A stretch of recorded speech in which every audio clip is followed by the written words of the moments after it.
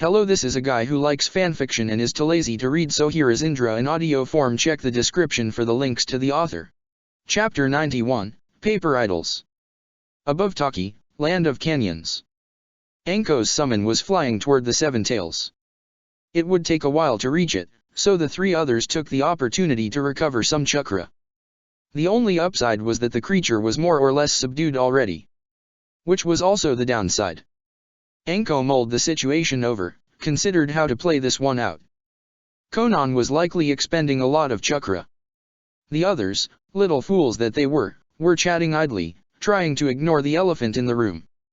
She used the time to think. Naruto is fine. Ino said. He killed Kakuzu. For real. Toru blinked. Not everyone's stuck at your skill level. Hanabi snarked. Toru gave her the side eye. You wish you could get up to my level. My charts don't lie. Blocking Hanabi's hand from grabbing Toru's hair, Ino asked. Your charts. Ah. Toru waved off awkwardly. Just a hobby of mine. Let's focus on the mission. It's some nerdy shit he's doing.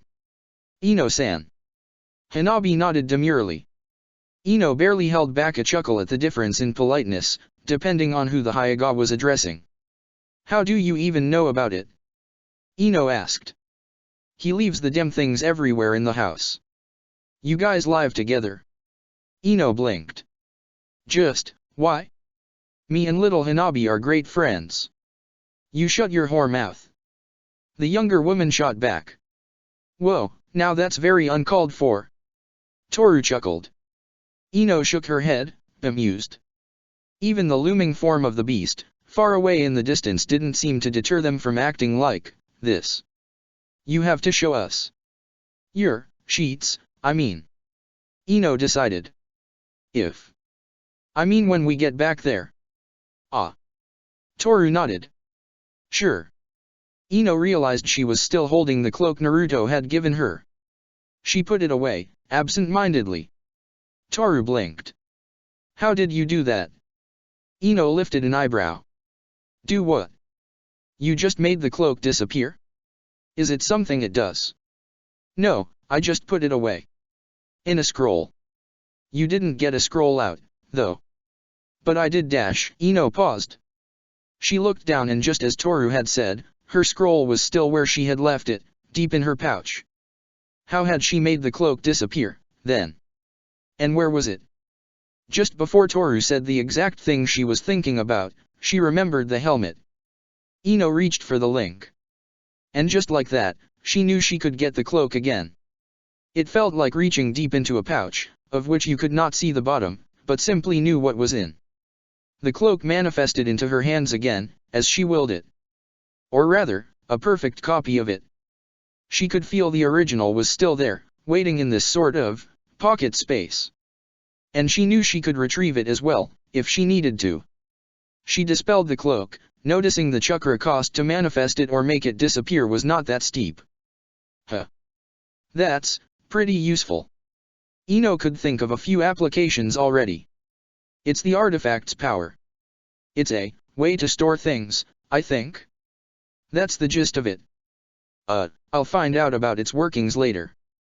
She slipped a few chakra binding tags Naruto had given her into it. As well as some steel wire. It could always come in handy. Meanwhile, Anko had decided. Well, she also wanted them to shut up. Toru. Hanabi. She said. Yeah. He asked. Leave the rest to Ino and I. Go to Naruto. Anko finished. And make sure you all get out of there alive. Hanabi just nodded, a heavy piece of fabric in hand, ready to jump from the snake. Use the gate. Toru said, preventing her from doing so. Oh. She blinked. Well, yeah. Of course. That's what I was about to do. He gave her a dry look. Hanabi continued. Although. I'll let you bring us down, this time. You don't know how to do it, don't you? He asked dryly. No. She was looking away. I knew it. Toru grinned. The two of them sobered up as soon as they reached the inside of Taki. The village was still burning. The fire that had been started by Kakuzu attacking the great tree had turned it into a desolate sight. The way Naruto and his army of clones were digging through the rubble, gathering people, his eyes seeming almost as heavy as theirs, you could easily believe he had been the one to start the fire. Hanabi scanned the whole area with her Byakugan and started getting the people out as well. Toru followed one of the clones, or the real one. You could never really tell with this sort of amount, having decided to rely on Naruto's chakra sensing. Looking into his eyes, he decided. You did it for me. Toru started. So I'm going to do it now. Don't believe I'm just doing this because of it, though. The clone said nothing. It's not your fault. Toru shook his head. How would you know that? Naruto said, his expression neutral, but his voice thick. And even if it were, I thought this was part of it. Rising to power, I mean. Orochimaru said that collateral was to be expected. None of the people who died did so because of you. People died because of the great tree burning. Naruto countered. Just because Kakuzu had been aiming for revenge all along. And I couldn't stop him. So, what? Toru asked. So what? Naruto repeated, not looking at him. Did you toy with him? Did you extend the battle for fun? No. Naruto admitted. But if I had been Dash. Do you think you could have killed him earlier? Not really, no. Or at least not without taking more risks. Even then. He still had gotten carried away. He had enjoyed the battle. More than he used to in the past. He had wanted to prove to himself that he could overcome himself, his demons, and his enemy. Instead, it seemed he had found there was even more trouble down the well. Then why? Toru asked, shrugging. Naruto said nothing for a while. Toru continued. People were going to die today. Or maybe, and that's a big maybe, get absorbed by IWA, which I doubt they would accept, considering their relationship with the land of Earth. Any dissenters would be killed right away. IWA didn't fuck around. Taki could have managed, without Kakuzu here. Naruto growled. They did so for decades. He knew their secrets, some they might even have forgotten over time how to get in. He killed Taki's leadership, cut its head off. Toru let him continue. Akatsuki came here for one reason. Fu. He spat the name like a curse. I don't see how that makes you responsible. Toru folded his arms. I had the chance to kill her, months ago. I let her go, instead. So? Toru asked. Do you have a god complex? Naruto blinked. What? Do you think you're responsible for everything that happens to the world? The hell? Naruto asked, frowning. Of course not. Do you think you never make a mistake, that you're the best at what you do? No. Naruto grunted. Far from it. I fuck up all the time. Okay, cool. Toru nodded. Just asking. Naruto felt a sudden desire to beat him up. Or thank him, maybe. All right. Naruto grunted. He then let out a long sigh. I think I get your point, somewhat.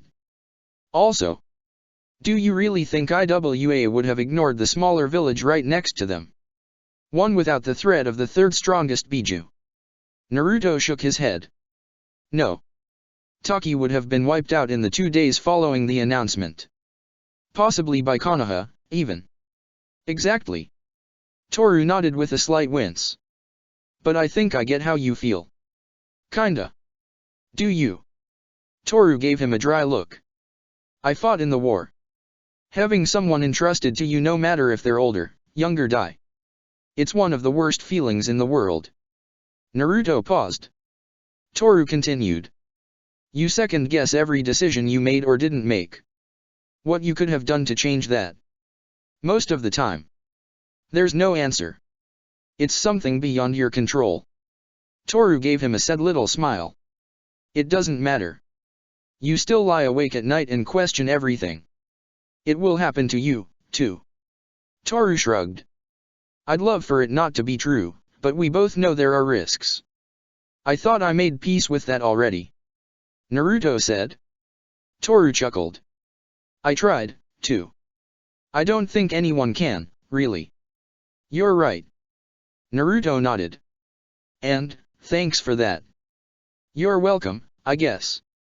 Toru went back to checking houses for human life.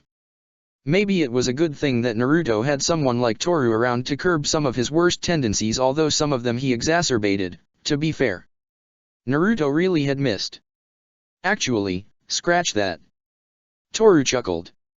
If you have a complex, it might be closer to a messiah complex. Toru. Naruto growled. Why won't you just leave? Konan growled, now getting seriously annoyed. Anko blinked, as though this simply had not occurred to her. Oh, that's true, why don't I? Ino was flying nearby, on a smaller snake that Anko had summoned for her. She kept disrupting Konan's ability to use her paper, forcing her to rely on simpler transformations and forms. Anko, hanging upside down from the twisting seven tails, rushed at Konan again. Snakes flew out of her left sleeve, each of them carrying flaming blades. You can act as though flames don't work on you, but all I see is bravado. Anko laughed. You don't have an unlimited supply of chakra. Konan, also upside down, dodged the attack, her tongue letting slip a single razor-thin needle of paper, aimed at Anko's eye. Ino managed to disrupt it by aiming for its general area. Anko nodded in thanks, and hurled a kunai wrapped with an explosive tab at Konan. More and more paper was falling off the seven tails, her control slipping. Anko weaved hand seals. Summoning technique. A thin, blue-white snake appeared around Anko's left hand. Konan could feel something strange in the air. As if it got drier. Ino's techniques had forced the Akatsuki woman to split her attention between one real body and the paper wrapped around the seven tails. I don't understand you. Konan finally said, in between two strikes. You don't understand what, exactly? You're Orochimaru's student. Konan spat, remembering the man who had offered to kill them as mercy, before Jiraiya had found them. You're goddamn right, I am. Anko smiled proudly. It was a sharp smile, one that reminded Konan a bit too much of the man himself. Don't you see how much of a monster he is? Now that's fucking rich, coming from someone who used to pretend she was an actual angel. Anko laughed. You have as much blood on your hands as Sensei and I do. Except we don't shy away from it. While regrettable, all of this is necessary, in the name of peace.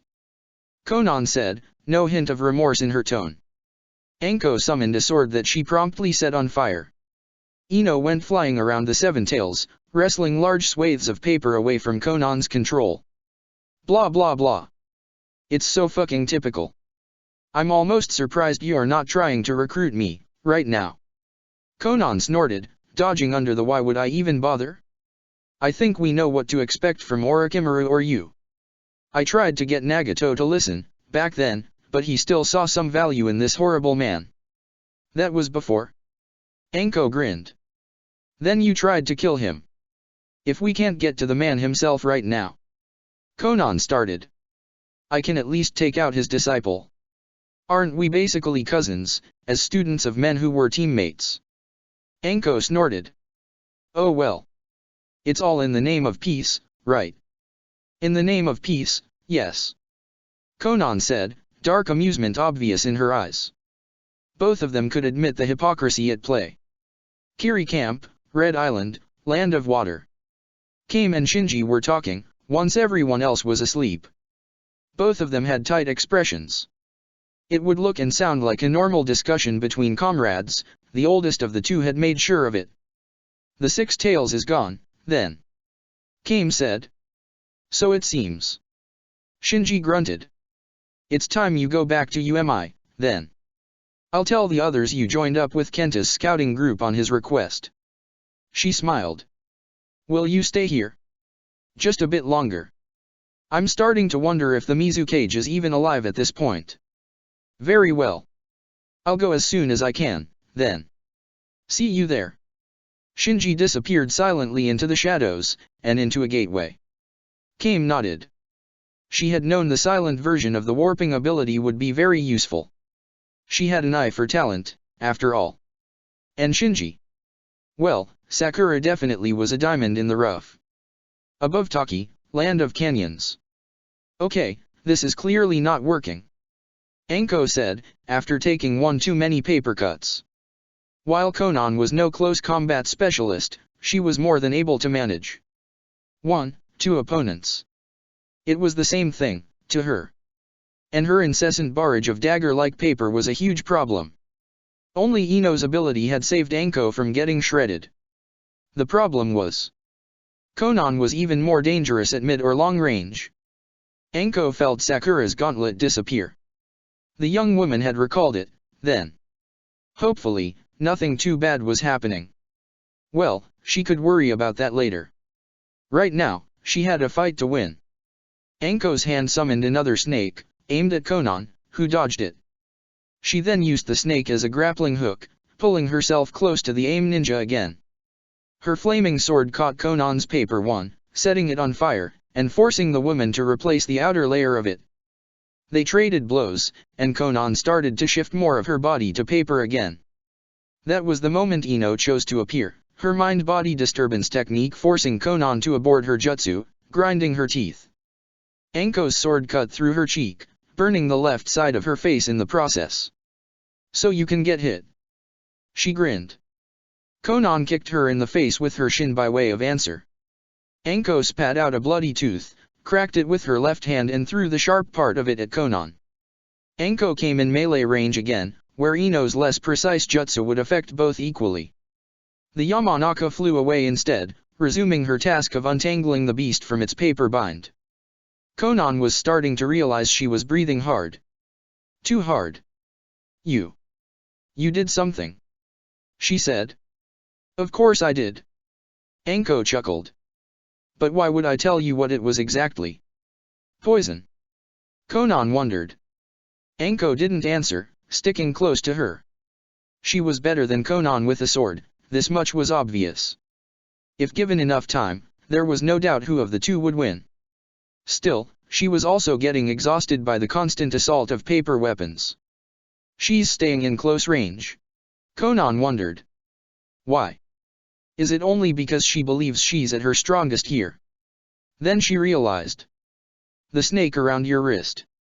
She gritted out, putting distance between them. It absorbs chakra, doesn't it? Both mine, and yours. Got it in one. Anko grinned sharply. Sweat was running down her forehead. Nobody ever really bothers with him, but Arita is a strong one. He takes whatever he can. Greedy little fucker, that one. That's a risky strategy. Konan said, almost quietly. Do you really think it's going to pay off? Sure. I didn't expect to need anything else against you, honestly. Anko said. But I don't think I can push it any further, either. She dispelled the snake, to Konan's surprise. So I'm going to make this my last move. Anko pulled her left sleeve back, revealing a summoning tattoo that she smeared with blood. Then she started weaving hand signs. Anko focused her chakra in her left hand. Fire style, man-devouring serpent. The air turned dry and heavy. In a different way. Smoke and fire combined with the half-physical hatchling Anko had just summoned. It became a large, snake-shaped, roaring fire. One that Anko barely held back with a wince. Her arm was burning, too. The serpent seemed to keep on growing. I didn't know much about your techniques, other than the fact that you used paper. But that was enough for me. Anko managed to grin. After all, we prepared for many situations. She extended her hand and the snake followed her motion, extending at a speed Konan had not expected from it. The snake's head barely missed her, still setting fire to some of her paper-like skin. She split off from it. That's bad. Konan thought. She had lost a bit too much chakra already. She let whatever was left of her control of the seven tails fall away. Set free once more, the seven tails roared. Its burning chakra covered its shell, and Konan had to jump away. So did Anko, following her through the skies on her snake. The fire serpent grazed Konan again. She let herself fall. She wouldn't be fast enough using her wings to keep on avoiding it, She pushed off of a paper platform, jumping sideways to dodge the next move. She's good. I underestimated her. Konan thought. Of course Orochimaru wouldn't let any of his students be average. Konan dodged the next attack at the last moment. She needed to plan a counterattack. Right now. Her body froze. Just for a second. Which might as well have been eternity, right now. The damned Yamanaka was back. How had she forgotten about her opponent in the middle of a fight? And why were her chakra reserves so much lower than she had thought they were? Something was wrong here. But there was no time to even think. The serpent hit Konan head on, and she screamed. It consumed itself, and ate through her defenses at the same time. Above her, Anko was panting. She likely didn't have much more in reserve. Counterattack? What had she been thinking? She needed to flee. Now. She regained control of her body. Konan split from the burning paper one last time. She was out of chakra, forced back into her very vulnerable physical body. She needed to split a guy. Finally. The Yamanaka shot her a dangerous smile. Mind-body switch. Ino took over her body, landing Konan on the snake, next to her. Out. Get out. Konan raged. Get out of me. They were supposed to bring peace. Nagato needed her. They were so close. Yahiko. Her inner voice didn't reach. Ino bound Konan's body and chakra with the seals she got out from her pocket space. As well as some trusty wire, right after. She went back to her original body. Then Ino slit Konan's throat, watching his life drained from her eyes to make sure there were no more tricks. And there were none. You did great, Ino. Anko said proudly. Both of them looked at the end of their rope. Heh. You weren't too bad yourself. Ino said with a tired smile. Now. What do we do about this? Anko followed her finger. Ah, yeah. The Biju. Honestly. Anko began. I have no idea. She brought Nanashi closer to Ino's snake, where the Akatsuki member's corpse was lying, unseeing eyes facing the sky it had once belonged in. Goodbye, then, cousin in training. It was a short-lived relationship. If an intense one. Anko grunted, bending to seal Konan's body away. Oh boy. Nagato's not going to be too happy about that. And he really would not be. Chapter 92, Just This Once. Unseen, Zetsu slunk away in the shadows. Nagato would want to know this. The UMI ninja walked away from Taki's still burning corpse, and its people followed. Toru and Hanabi walked next to Naruto. You know, guiding an exodus is not exactly how I pictured this day ending. Toru said. What did you expect, then? Naruto asked, the ghost of a smile upon his lips. Probably being dead, lying at some Akatsuki's feet. Hanabi quipped. The thought crossed my mind. Yours too, I'm sure. He shot back. Never. They continued to walk. Some people had opted to stay, of course. There were a dozen shinobi who had gone out to fight, too. Better to die under the waterfall than die a coward. Yeah. Naruto didn't really get this level of patriotism, frankly. Still, they'd have to make sure none of the people coming with them would be problematic. He winced. Ino would likely have a few long days ahead of her. Speaking of Ino. Are you guys okay? He sent to her. The answer came quickly. Yes. We killed Konan. That's incredible. I can feel your relief. Ino laughed. Of course I'm relieved. That's talk for later. How's the situation down there?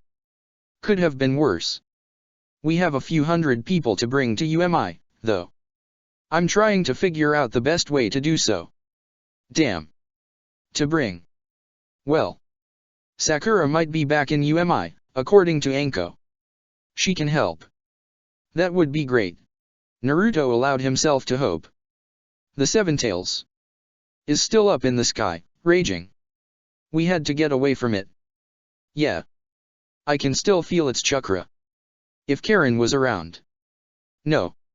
He had to find another solution. Hanabi. He called. Go to UMI, look for Sakura. If she is there, please bring her back. She just nodded and went. Does she think you're our leader or something? Toru asked dubiously. She would never listen to me like that. Naruto gave him a wry look. Am I not? Toru raised an inquisitive eyebrow. We both know Ino has you wrapped around her finger. Naruto grunted, amused. Let's not exaggerate, now. They continued to walk. Anko and Ino were coming down. I'm telling you I'm okay.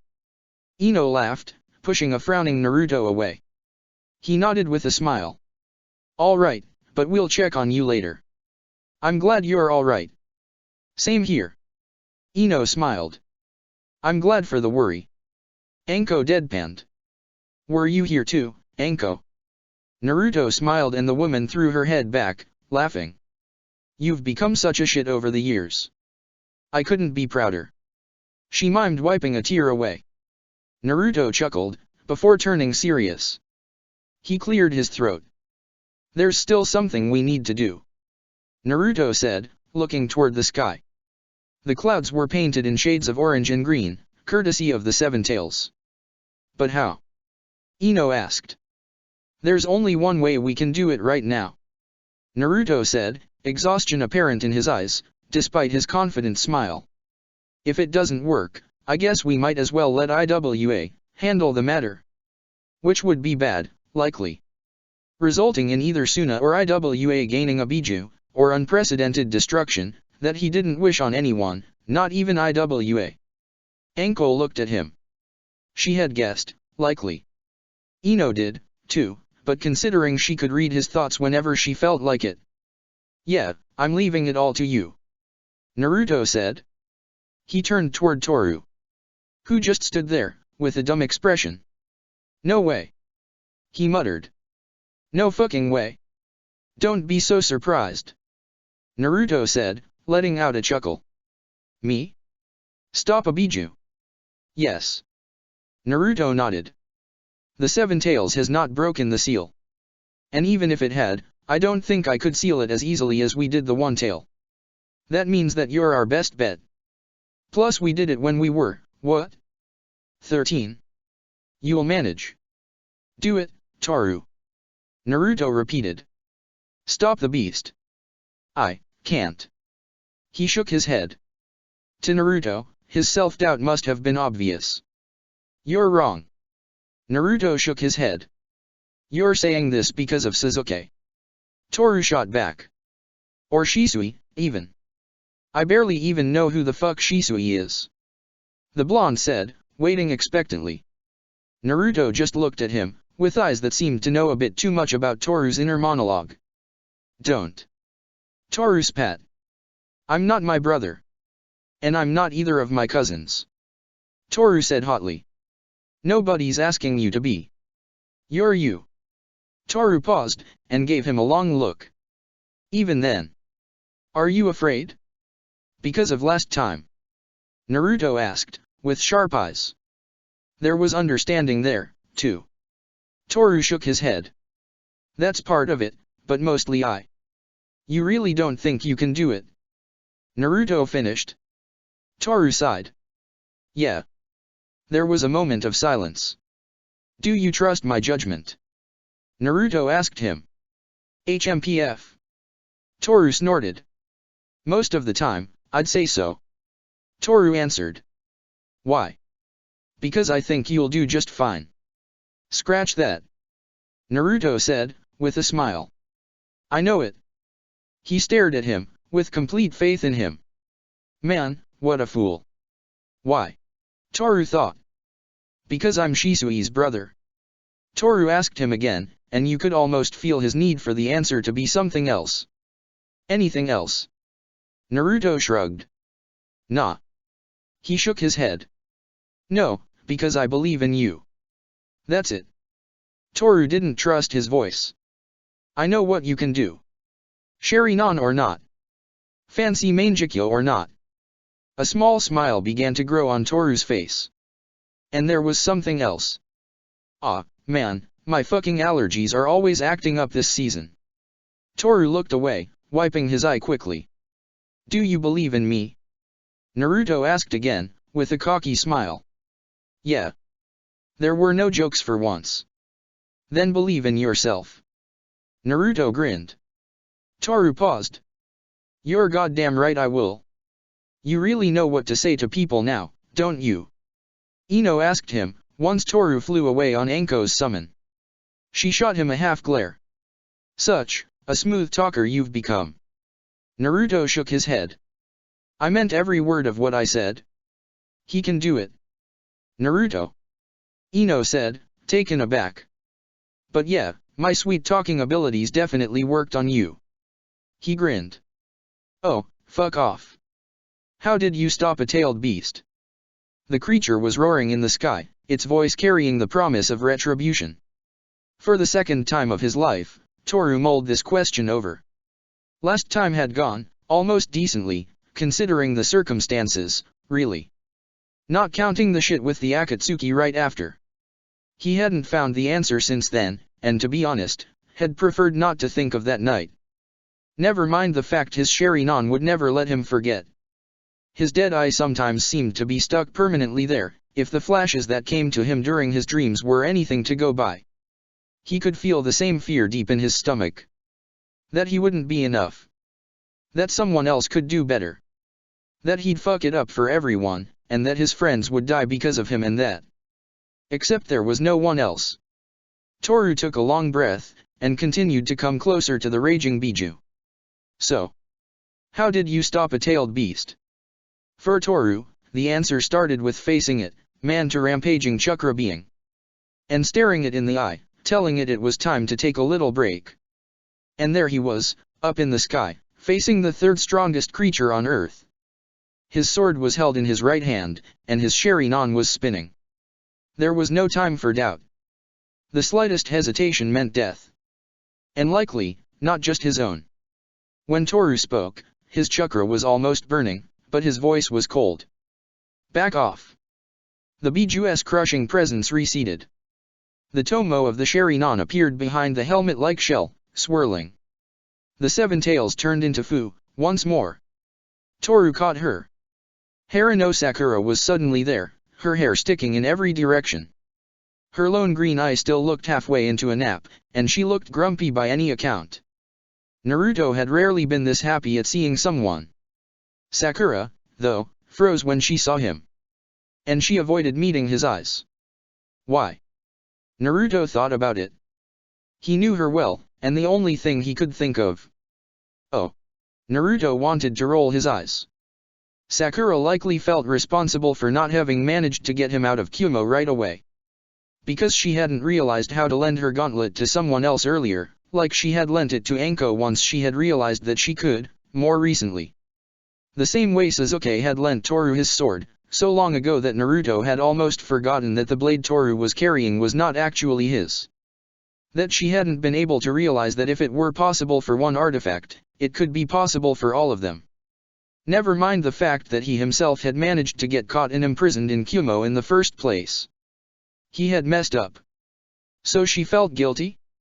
She blamed herself? For something like this, or an equally stupid reason. Nah, it wouldn't do. And it's not like it would have made it any easier to get inside Kumo's walls. Sakura took a look around. I guess we're taking everyone back dash. Naruto wrapped an arm around her and she tried to squirm away, laughing. Aw come on, I got sent to Kumo hell, got out safely, and I'm not even getting a hug. He chuckled. Shouldn't have gotten caught, then. She laughed, accepting the unneeded, unspoken forgiveness. There was nothing but relief in her voice. They resumed moving away from the village. Naruto. Anko called. He turned to look at her, still walking. What is it? I didn't ask earlier, but... Is there really a way for us to accommodate so many people, all of a sudden? She asked. Naruto nodded, before looking away. They are less than 500. We'll manage. You don't know that. 484 people. Naruto said. That's how many. She paused. Naruto went on. Assuming a minimum of 4,000 ryo needed per person per month, and a maximum of 10,000. That's between. Naruto estimated roughly 2 million and 5 million ryo needed for 1 month to maintain them afloat. And we will find something for them to do. He had paid similar amounts for a boat, out of all things. They had the funds for it, and he wouldn't mind paying out of his own pocket anyway. Despite what Ino loved to say, he was no money-hoarding dragon. So you thought this through, then? Anko asked, a little smile pulling at the corner of her lips. I had to. So I'll take them all with us. If they want to return to live on the mainland, I'll drop them off later, with no memories of ever getting close to UMI. Naruto gave her a tired smile. We can't just let them die, or whatever Iwa's planning to do with them. So I gave them a choice. Ah. I think I can guess. Come with me, or stay. Not much of a choice, I have to admit. To the island, then? Sakura asked, ready to open a gateway. Naruto shook his head. We chose an empty island as a temporary, waiting place, to make sure nobody's hostile. Sakura raised an eyebrow. He shrugged. Security reasons. Once we determine Ino determines it's safe, we bring them in. Ino sighed. Aren't the intent barriers enough? Better to be redundant. And sorry for the amount of work it's going to be, Ino. She shrugged. I guess I signed up for this, anyway. Sakura went back to close to UMI to set everything up and they got started. The people started leaving the broken, burning wreck that had once housed them and their families, for generations. The woman. Konan said something about the man you fought before. Ino said. About how she should not have brought him here. Naruto nodded. Kakuzu was exiled from here, decades ago. He never forgot it. I see. So when he came back, he did the same thing he did last time. He cut off Taki's head. Except he didn't stop here, this time. Naruto grunted. He killed as many people as he could. Locking the village in entirely, killing civilians and ninja alike on his way to Fu. Ino said nothing. What was there to say? So yeah, you could say it was personal. He shrugged, but his frustration was obvious. In front of them, Taki's people were walking through the gateway, led by Hanabi. After a few minutes of this, there were no people left except the UMI group. Toru flew down, a half-conscious Fu in tow. Naruto felt his hand stiffen. So, what do we do with her? Sakura asked. Anko mulled it over. Ino and her started discussing it, and soon the three women were weighing their options. Naruto went to meet Toru alone. The Uchiha gave him a tired grin and a thumbs up. Naruto couldn't help but grin back. That must have been some amazing genjutsu work. He said. Toru shrugged, hiding some obvious pride. It was more or less done in an instant. Naruto shook his head, bemused. Then he nodded resolutely, putting his hand on Toru's shoulder. You did more than enough, Toru. I'll handle the rest. What do you mean? Naruto gave him a strange look. You know it already, don't you? I'll kill her. Fu looked up with bleary eyes. I'll do it myself. Naruto continued. A sword appeared in his hand. He stepped forward. Wait. Toru grabbed his hand. Don't do it. What? Don't kill her. What? Naruto frowned. Why shouldn't I? There is no other solution. Let's bring her to UMI. Naruto snorted. That's pretty funny. Toru said nothing and Naruto realized he was not joking. Have you lost your mind? No, I'm serious. We can't let her go, obviously. Toru accepted. But what of the Biju itself? It will reform. Killing her now will prevent the Biju from reforming for a while. It won't be anything like Gaara. Naruto insisted. That will just delay the problem. The Biju will be back. Out in the world. And we don't know when or where. Naruto knew he had a point.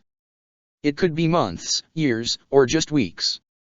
Days, even, for all he knew. And he had no idea if they'd be able to get rid of Akatsuki in the meantime. Better to trust in our own ability to restrain her. Toru said. What is this about? Naruto asked, shaking his head in disbelief. You've been at war. Is this about showing mercy? No. Toru snorted. I don't think she really deserves mercy anyway. None of it. And I don't mean bringing her there on vacation. She'd be a prisoner in all but name, restrained. Besides Naruto's dislike of the idea of taking prisoners, there were a few obvious reasons why this was a terrible idea. Toru. Naruto stressed his name. We're bringing people from Taki over. They all know about her. If there are already people blaming us for the destruction of Taki, what do you think they're going to say about her? Doesn't matter. We'll just make sure they don't kill her. Toru shook his head. The same situation is going to repeat itself if we leave her alive. I'm not willing to risk our lives for her. Naruto folded his arms. What if the beast breaks free? Fu glared at him, daring him to slit her throat. Naruto really considered giving her what she was asking for. You're one of the best seal masters I know, and I have the Sharingan. You just made me use it to subdue it. Toru snorted. I did it once. I'm sure I can do it again. We'll manage. Keeping her alive is dangerous. Killing her is riskier. Everybody will be better off with her dead. Naruto insisted. That's not like you at all. Toru frowned. That's not like the me from when I was a child. And even then, I did the exact same thing for Gaara. A mercy kill. She's a monster. Naruto returied, now angry. A product of her environment, sure, but a monster nonetheless. I empathize, really. But I think killing her is the better way. Slitting her throat and calling it a day. You're a shinobi, too. She may look defenseless now. Naruto started, trying to keep his voice down. She killed Shino. She ate people, Toru. Can't you remember that? Oh, believe me, I do. Toru said dryly. And I know she would kill us too, if she had the chance. Fu finally spoke up, her voice full of malice. You're right on that, One Eye. Toru ignored her. I would start with your throat first. She laughed. And then dash. Shut the hell up or I'm putting you under my spell entirely. Toru warned. Do you think you can? She cackled. You're nothing comp dash. Toru's Sharingan shut her up. Her mouth moved, but no word came out. See? That's what you get. Dumbass. Toru shook his head. You're really sure about this, then? Naruto realized. I think it's the only way to protect all of us, strange as it might sound. Toru nodded. Toru. This is a terrible idea. Naruto tried again. It is also the best way we have now. And it will force Akatsuki to come to us at some point. Naruto snorted. I don't think we're at the point where we actually want that. But at the same time, it doesn't change much, they're already after us. Toru shrugged. Naruto continued. But how do you think the other villages are going to react if we just happen to steal a biju? Badly, I know. Toru winced. But they won't know for sure. They'll accuse us of it, sure. But if we keep her in UMI, they'll never be able to prove it. Only the people we're bringing will know. If that. IWA had seen the beast disappear, for sure. That's asking for a lot of trouble. It is. Toru admitted. But can you say with certainty that killing her will lead to a better outcome? Naruto was about to say so. But doubt niggled at his mind. He could not guarantee killing her would guarantee them a long respite. And as loath as he was to admit, between himself, Orochimaru, Karen and Toru, they could handle the Seven Tails, if it came to it. A darker part of his mind, one that he ignored, told him they could also use its power in the future. There were too many reasons not to. Do you trust my judgment? Toru asked him with a small grin. HMPF. Naruto snorted. Most of the time, I'd say no. He closed his eyes, with a small smile. but let's say I do, just this once. Chapter 93, An Island Unto Himself. We're taking her with us. To UMI. Naruto declared. The three women looked both surprised, and not that much, at the same time. Toru convinced me, so blame him. Naruto pointed out. He was carrying the now unconscious Fu over his shoulders. Anko looked ready to protest. So she did. It's not worth it. Let's kill her and be done with it. What do you think Orochimaru would say about passing over the chance to steal and hide a Biju? Naruto simply asked. Just like that, Anko folded. Look, we'll discuss it at length once we're there. Naruto sighed. I was not too fond of the idea, myself, so if most of us disagree, we can still get rid of her.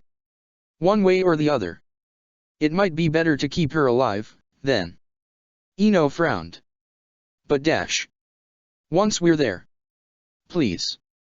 Naruto let out. Ino relented. All of them were exhausted. They had to manage the whole refugee situation. Fu could wait. All right. Naruto called to the gathered people from Taki, on the transition island. Taki is no more. He started, before wincing. That might have been too much. Some people were crying. If any of you want to back out, now's the moment. We'll bring you back to the mainland. With your memories wiped. A few mutters rose, but no one said anything. This is not a trap. He repeated. Gods. Maybe he should have written down a speech. If you want to start over your lives there again, I don't care. You are free to go. Mutters. If not, you may join us in UMI. Someone started to speak. Naruto couldn't hear it. Let that man speak. He shouted over the noise. What if we don't want to fight for you? The man asked. A shinobi, then. What kind of dumb question? Then you don't. Naruto grunted. I couldn't care less about that. I'm not asking you to throw your lives away for us. We are after the very same people who came for Taki's Jinhiriki. Some of them started speaking. Shut up. Naruto waited some more. If you want to help with that, you're more than welcome. Otherwise, as long as you're of some use, any sort for a growing city, you may join us as civilians, too. They started shouting over each other again. He flared his chakra, lightning cracking in the air. He really wanted to sleep. Silence again. Naruto paused. If you do, step to the right, and we'll make sure you're actually telling the truth. Any ill intent toward UMI, and we'll send you back to the mainland. He heard a couple protests and rolled his eyes. I don't care about your precious memories, we're not checking that. There were only a couple dozen people who ended up leaving, in the end. I can't believe you're here. Sakura said to Toru. He snorted. I can't believe I'm here either. They stared at each other, somewhat awkwardly. You're still not too big on hugs, right? Toru asked, holding his arms out. She laughed and accepted the hug, if a bit stiffly. I'll make an exception for today. Man. He grinned. Naruto is going to be so jealous. He won't. Sakura laughed. You've got to tell me all about the last few years. So do you. He nodded with a smile. Now, for me. I don't mean to brag, but it all started with a girl. The day after, UMI. Never again. Ino groaned, her head still throbbing. She and Toru had done the most work in checking people for ill intentions. There had been less than 10, and of this number, only half with overt intentions. Sorry, Ino. Naruto winced, massaging her temples.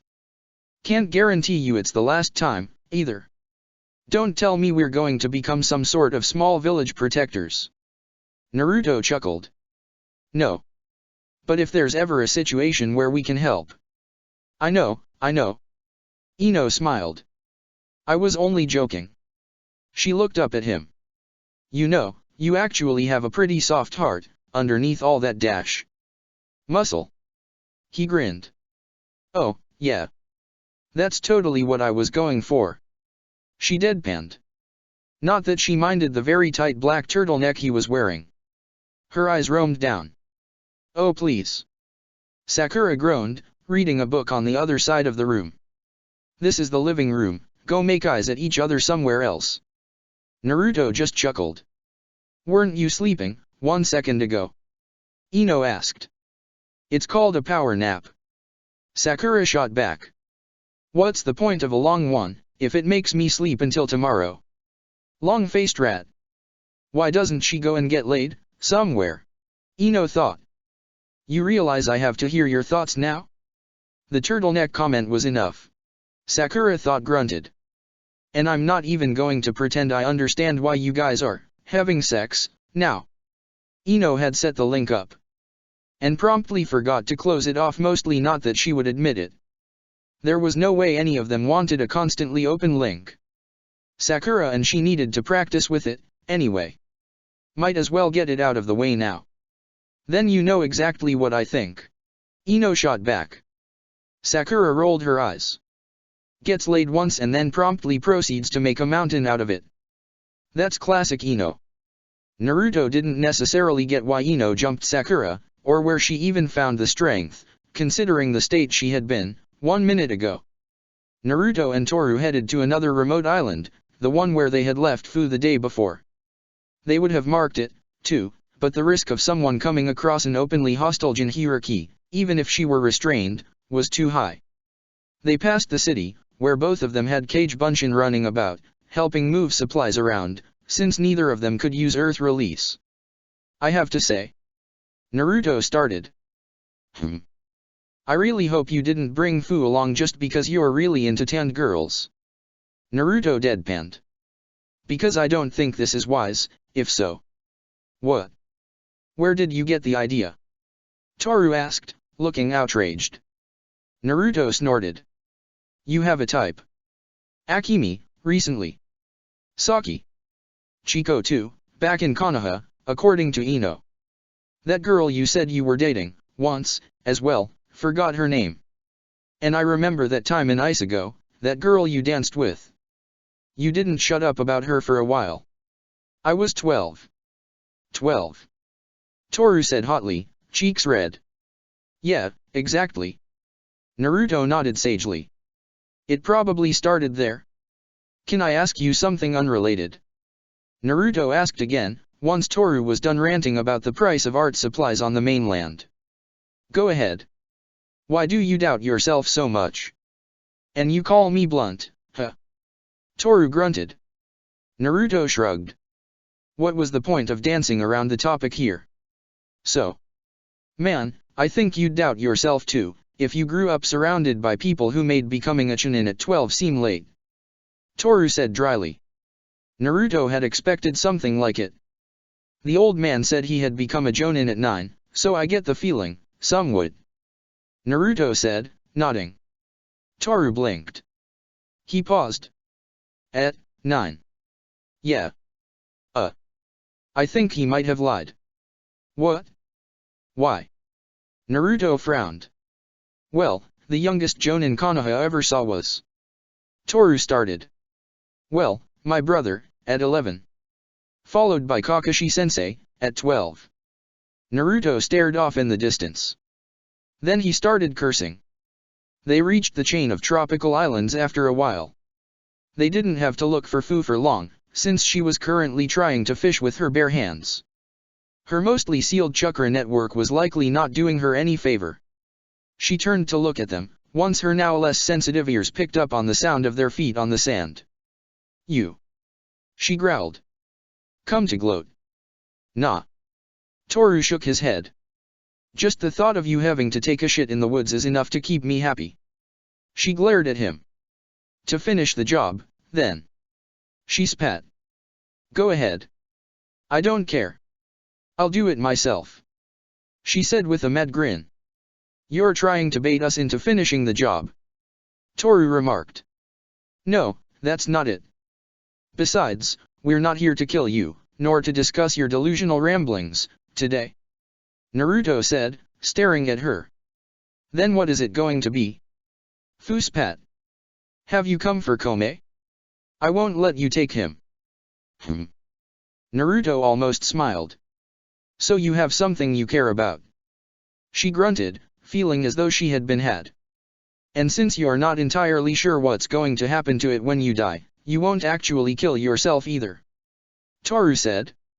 He finally thought he had it. But you would still prefer this to it being extracted, then. Fu's hands tightened. What the hell would you know about it? Naruto tried his next few words carefully. If there was a way to free it, would you do it? Of course. She shouted. Even for your life. If it meant setting him free, I don't care. But people like you will never let him be. Naruto sighed. Part of him had hoped she would give him a good reason to get rid of her. In that case, I'll find a way to do that. To let it stay free, I mean, not just taking it out. Free, out of people's hands. He wanted the same thing for himself, after all. What? Fu stared at him. Naruto dropped a few things on the beach. She made no move to come closer to it. Until that moment, you will remain here. It is the best I can offer you, some peace of mind, away from humans. Naruto shrugged. You'll have your beast for company, anyway. I get the feeling you don't like people that much. He finished, dryly. She said nothing. I can't unbind your chakra, for obvious reasons. He said. Like the fact you're a complete psychopath. Toru continued. He looked around. Other than this, you're free to do whatever you want around here. Not that there is that much to do on a deserted island. But no one will come to bother you, and there is some animal life around, soil for cultivation dash. She gave him a strange look. Yeah, we kinda figured you'd have no idea how that works. Toru chuckled. That's what the books in the scroll are for. Some useful knowledge. For the rest, trial and error should work. You're a settler, now. Well, that's about it. Good luck. I hope we never meet again. Naruto turned to leave. She spat on the ground in their direction. The last thing Naruto did before leaving was putting several seals on the archipelago. Their purpose was simple. Masking her chakra presence what little you could still feel coming from her and alerting him if anybody breached its perimeter. You sure this was the best option? Toru asked. Any better ideas? I can't exactly keep the Biju itself roaming free here. Do you think we should have extracted the Biju? To dash. Fuck that. Naruto shook his head. Maybe Orochimaru would want to do something about it, but they'd cross that bridge when they got to it. Sealing one Biju was enough for a lifetime. We'll find other forms of power. Naruto barely held back a frown. He had not meant to say this. Where did this come from? Toru didn't notice. Suit yourself. Naruto still had no idea where Karen was. Likely with Yujito still, but warping near the south of hot water hadn't given him more information. She was somewhere further away. According to Sakura, Orochimaru was still somewhere deep in the land of water. The Six Tails was gone, too.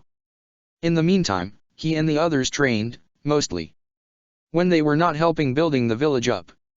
And he was forging a few items in preparation. Speaking of. My. Ino exclaimed. You really have an eye for fashion. That's impressive for someone who hates mirrors so much. Naruto's smile froze for a second, and Ino noticed it. There's a reason for that. He thought, somewhat bitterly. I don't think I get it. Sakura said dubiously. What's so special about this? It's just a pair of pants. Naruto wanted to roll his eyes. What were they doing here around the forge, exactly? I didn't expect a country bumpkin like you to get it. Ino snorted. We come from the same place. Sakura retorted. It's a state of mind. Ino amended herself. Hinabikuten and Naruto was pretty surprised to see the lonesome Hyuga around, but she was actually seeking their company, from time to time. The material itself is a good indication of quality. This is all high quality, thick, and soft at the same time, my eyes can tell.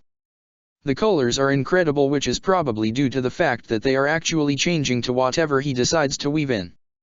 The weave is perfect too, for the same reason consistent, smooth, and comfortable. And so are the patterns, clear cut, no fuss. The cut is great too, though I'd have to wonder why he knows all of our proportions, your deviant sex group aside. This I think I understand in more detail than I care about, and the clothes fit perfectly. No need for hems, seams, and stitching either, perfect patterns when he weaves them and it looks like one piece. The finish, the bells and whistles, so to say, are well made, too, even though there's always room for improvement. He was clearly taught by someone who cared about fashion a great deal. And the ability to weave seals in, unique properties, opens a world of possibilities, not only for reinforcing war equipment. And to think it works with any sort of material. I am impressed, and will likely require your services, Naruto-san. I'm willing to pay good money for it. Silence stretched. Even Naruto had stopped what he was doing. He and Toru shared a weirded out look. Hyuga are weird. The Uchiha mouthed silently. Ino blinked. That was the most she had heard her speak in, ever. You care about fashion. Hanabi shrugged. I'm Hyuga. As if that explained anything. Sakura mumbled. It's only pants. Toru said something rude about loonies and got kicked for his troubles. Would you guys shut the fuck up? Naruto grunted. Also, I don't want your money, and please, just call me Naruto. Naruto-san makes me feel like I'm back in the Sarutobi compound. Ah, true. Formality was required, back then, when you were Sarutobi. Like that time you called me a little shit. Hanabi said, with a polite, bland smile. You remember this? Naruto asked, wincing. I have a good memory. She nodded demurely. The only thing Toru heard. You take custom orders. So yeah. Ino nodded to him. I guess that's how my artifact works. In front of her, Naruto looked as though he were spacing out. Which he was, likely. So it was like a personal pocket realm then. Clearly didn't work for storing people though, and they had tried, as stupid as it sounded. As far as Naruto could tell, his own version of it worked exactly the same way as Ino's. Items stored into it could be pulled out. Or rather, a copy one at a time of the item could be pulled out, for an upfront chakra cost. The item itself would remain there, untouched. It felt similar to the way he could summon chakra conductive swords, in a way. Sakura's gauntlet could not be put away into it, so they just assumed artifacts were out. Forged items, on the other hand, could be stored away. Which he definitely was going to use and abuse. Now, for a more important question. A name. Thunder Void? Void Gate? Thunder Pocket? No, maybe not that one. I can almost feel your thoughts, you know. Ino deadpanned. Oh? Help me find a name, then. He shot back. Sure. Then she paused. Do you think we can share this, with the others, somehow? He thought about it. Maybe. Most of the other artifacts' abilities were a bit too abstract to be shared, but he knew sealing well, and had a working model to start from, considering they mostly Orochimaru had done it for the Thunder Gates already. Naruto nodded. I'll have a few clones see if they can figure out a seal to connect to it. In the meantime, we'll have to figure out how it works exactly, and if mine's different in any way. The only reason he still managed to avoid the migraines that would normally be unavoidable, considering the number of clones he had running around at any given time, was because he had made sure his clones only dispelled while he was already asleep. Hokage Tower, Konoha. We arrived too late to provide any support to Taki. Hyuga Nobuo reported to Danzo. The Hokage nodded slowly. Any survivors? Danzo asked, his lone eye upon Nobuo. Not from Taki. There were no people alive there, by the time we reached. The techniques used were Iwas, we are sure of it. You found IWA ninja, then? Nobuo nodded. Yes. Down the canyon, 2 men were alive, although badly wounded. Yamanaka had went through both of their brains. We terminated them afterwards. What did you find? Nobuo hesitated, and Danzo's unwavering eye made him swallow his reservations. The 7 tails broke free. Danzo lifted an eyebrow. It didn't fight, not really. Nobuo continued. Except against a small number of people, that we didn't manage to identify, for most of them. And as for the people you did identify, Danzo. There was a blond man, who appeared shortly when the beast broke out, shrouded in a cloak of chakra. It's probably Uzumaki Naruto. Danzo nodded. Who else? That's the only one we managed to see for sure. The men's memories were already starting to lack clarity. Is there more to it? Yes. Nobuo nodded. The beast came closer to attacking IWA troops, shortly after. A masked man came close to the beast's head and subdued it. He was with Uzumaki Naruto, no doubt about it, because once the Seven Tails was gone, he retreated down, close to where Taki used to be. Danzo paused for a while. Longer than he usually did. A masked man with the Sharingan, then. We don't know if the Sharingan was involved in any way, sir. There are only a few known ways to subdue a Biju. Danzo chided. And the only one that would require getting close to its head would be the Sharingan, to allow for eye contact. Danzo thought some more. Anything else? No, Hokage-sama. Then you're dismissed. Once he was alone, Danzo mulled the news over. The Tsuchikage's granddaughter having been killed was good news. Hopefully it would lead to Oniki acting more rashly. The fact that the blame would likely not be laid on Konoha, unlike the Four Tails' disappearance, for which IWA was very unhappy, despite Uchiha Sasuke's claims on the matter but rather on Taki. UMI, or the suddenly more active Akatsuki, was even better. But this masked Uchiha matter? This complicated things. Because there was almost no way that the masked man with the Sharingan was the one who claimed to be Uchiha Madara. Unless he had severely misread the situation. Unless his intel was wrong. Despite what he had said to the face of the council, there was almost no way that Uchiha Madara and Uzumaki Naruto were working together. But there was another Uchiha suddenly roaming around. If this really was Shisui's half-brother. Danzo let the thought die. He would have to wait a bit more, as the confirmation would come soon. And if so, he had a contingency plan in the works. He would need to recall Yamanaka Kazuhiro to the village. It was time to make use of the skills he himself had cultivated. Madara. Toru. Tobi. This changed nothing. In Uegakure, an old man howled his grief. In Omegakure, another man was grieving. Once, there were three of them. A meeting of fate that gave birth to the dream that would save this rotten world. Once, there were two of them.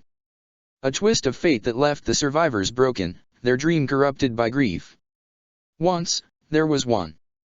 And as their last, there was no one to prevent him from doing what needed to be done. Up in the tower named after his childhood friend, a broken man made preparations. Nagato would not act rashly. Chapter 94, Bonds 2. UMI.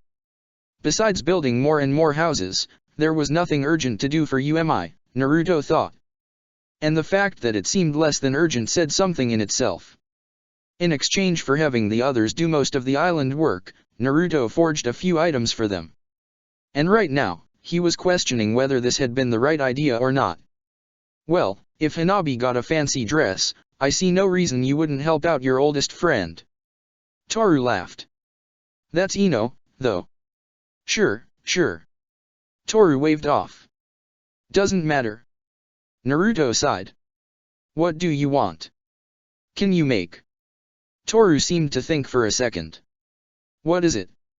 Naruto asked, impatiently.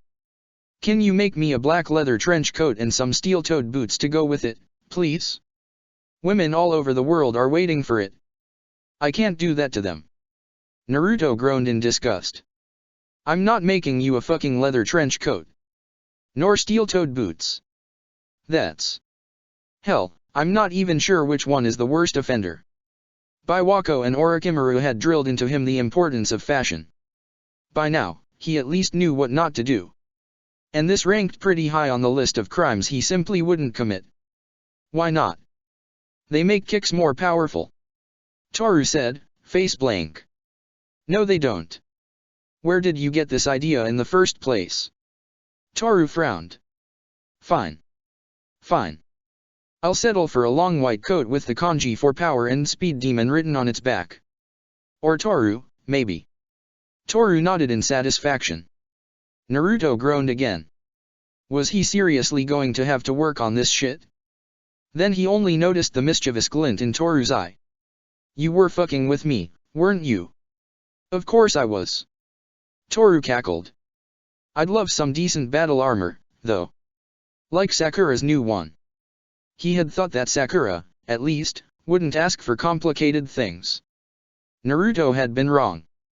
So, lightweight, reinforced armor that shifts around your movements as to not hinder them, appears or seals itself away on command, with 3 increasing levels of armor coverage, and matches UMI's official gray, beige and red colors.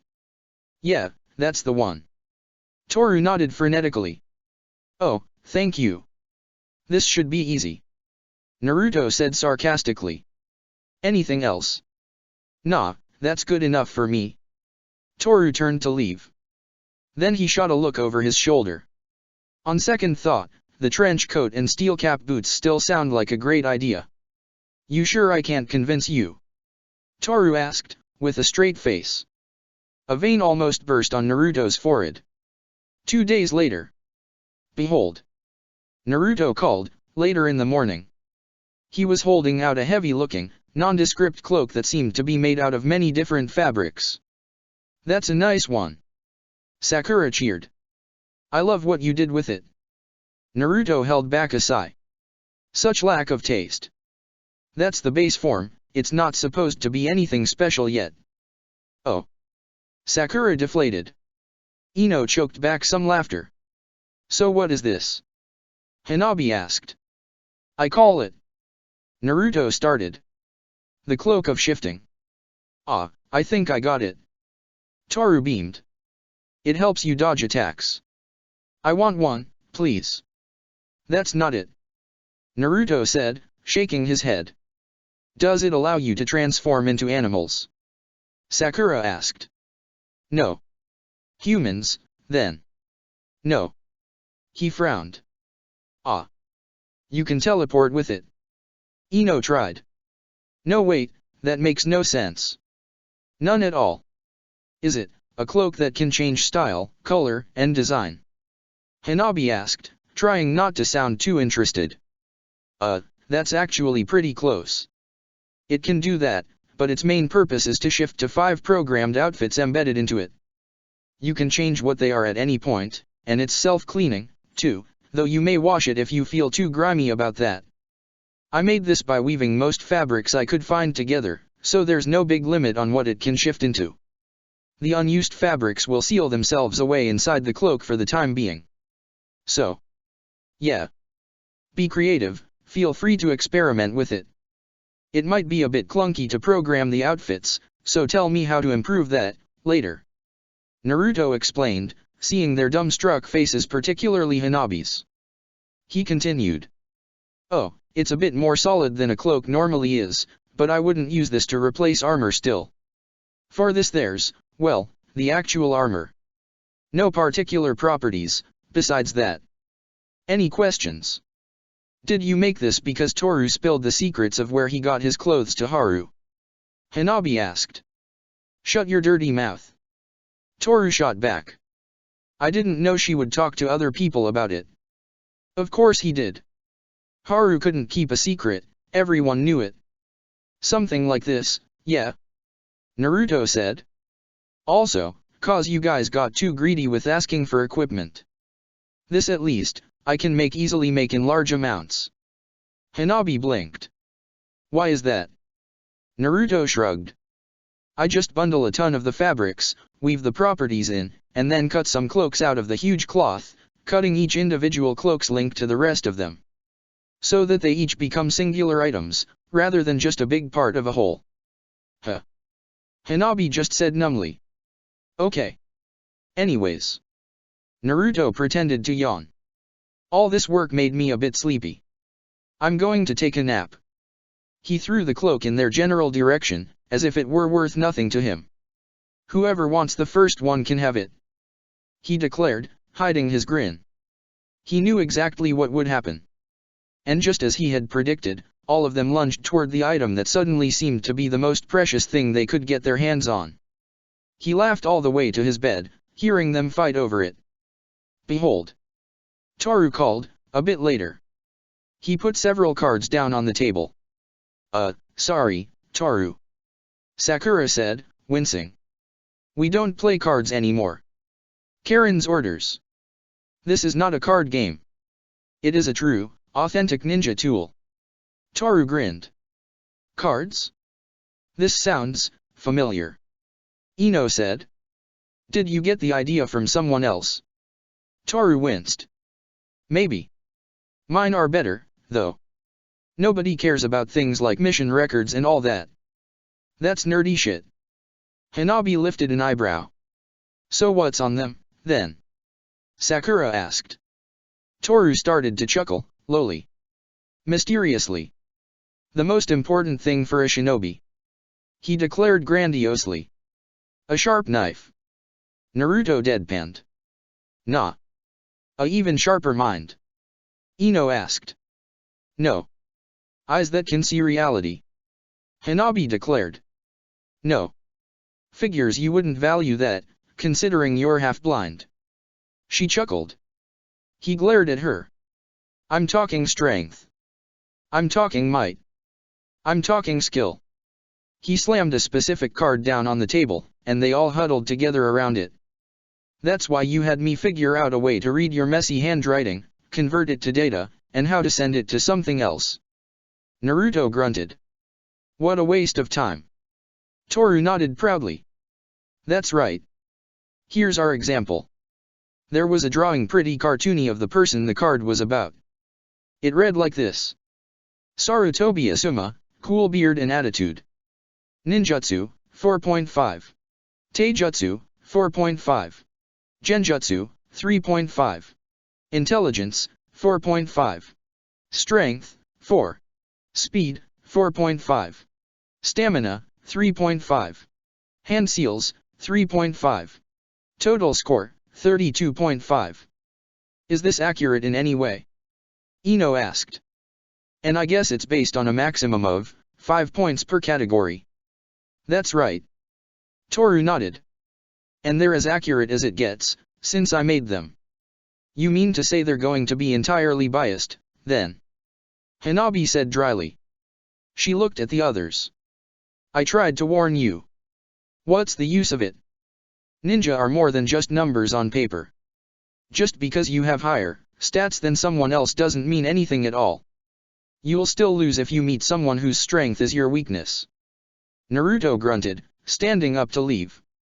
There were other things he could be doing. "Don't you want to see yours?" Toru asked, a mischievous smile on his face. "On second thought, I can wait here for a bit."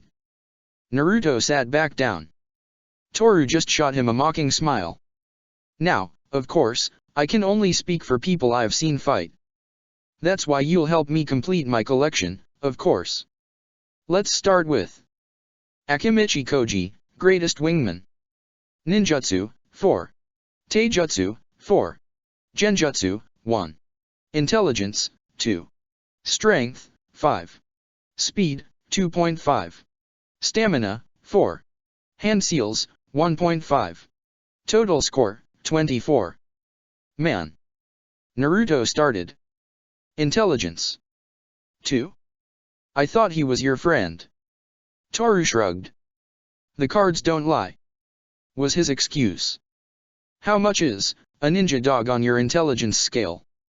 Hanabi asked. 1.5 points, I'd say. Toru shrugged again. Why? Just asking, she said demurely. Sakura tried to hide a chuckle. Ino shook her head, bemused. The worst part is, this kinda makes sense. Asuma-sensei's card, too. Told ya. I may make them, but they're as unbiased as it gets. Next one. Konan hot Akatsuki woman we just fought, sad face, ninjutsu, 5. Taijutsu, 3.5. Genjutsu, 3. Intelligence, 5. Strength, 3. Speed, 4. Stamina, 4. Hand seals, 5. Total score, 32.5. I think you forgot to remove some of your notes and comments. Naruto said, amused. What do you mean? Oh, shit, my bad. Toru blushed. Well, she's dead, anyway, now. Sakura threw him a truly weirded out look. She didn't seem that smart, honestly. She fell for our tricks. Ino shrugged. Does that make me higher than her dash? No. Toru said, slamming down a card. Yamanaka Ino, bad temper but second favorite Yamanaka, might be in love with me. Ninjutsu, 4.5. Taijutsu, 3. Genjutsu, 5. Intelligence, 4. Strength, 2.5. Speed, 3.5. Stamina, 3. Hand seals, 3. Total score, 28.5. Bad temper? In love with you. Ino read out loud, eyebrows reaching her hairline. And dumber than that woman. Toru shrugged. I don't make the rules. And you're kinda proving my point. The card's point. It sure sounds like you do make the rules, though. She said dryly. Naruto nodded sadly. I'm sorry Ino, but his cards say so. You love Toru. Don't touch me. She grunted.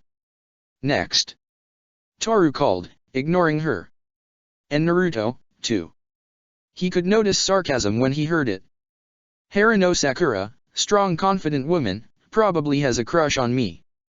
Ninjutsu, 4. Taijutsu, 4. Genjutsu, 2. Intelligence, 4.5. Strength, 2.5. Speed, 4.5. Stamina, 3. Hand seals, 5. Total score, 29.5. Ino blinked. Why is she above me? I don't make the rules. Sakura said, pretending to look at her fingernails, satisfied. She was pretty cool. And maybe she had neglected genjutsu, ever since Kurane-sensei had. Yeah. A crush, though? On Toru? She almost cackled. As far as Uchiha went, Itaki or Sasuke would have been closer to her type. Cool and composed, not spastic like Toru was just like. What do hand seals even mean? Ino asked. The ability to weave them fast or do them one-handed, this sort of thing. Toru shrugged, waving it off. Next. Hyuga Hanabi, twin sticks up her ass, probably in love with me, unrequited. Ninjutsu, 3. Taijutsu, 4.5. Genjutsu, 3. Intelligence, 3.5. Strength, 2.5. Speed, 4.5.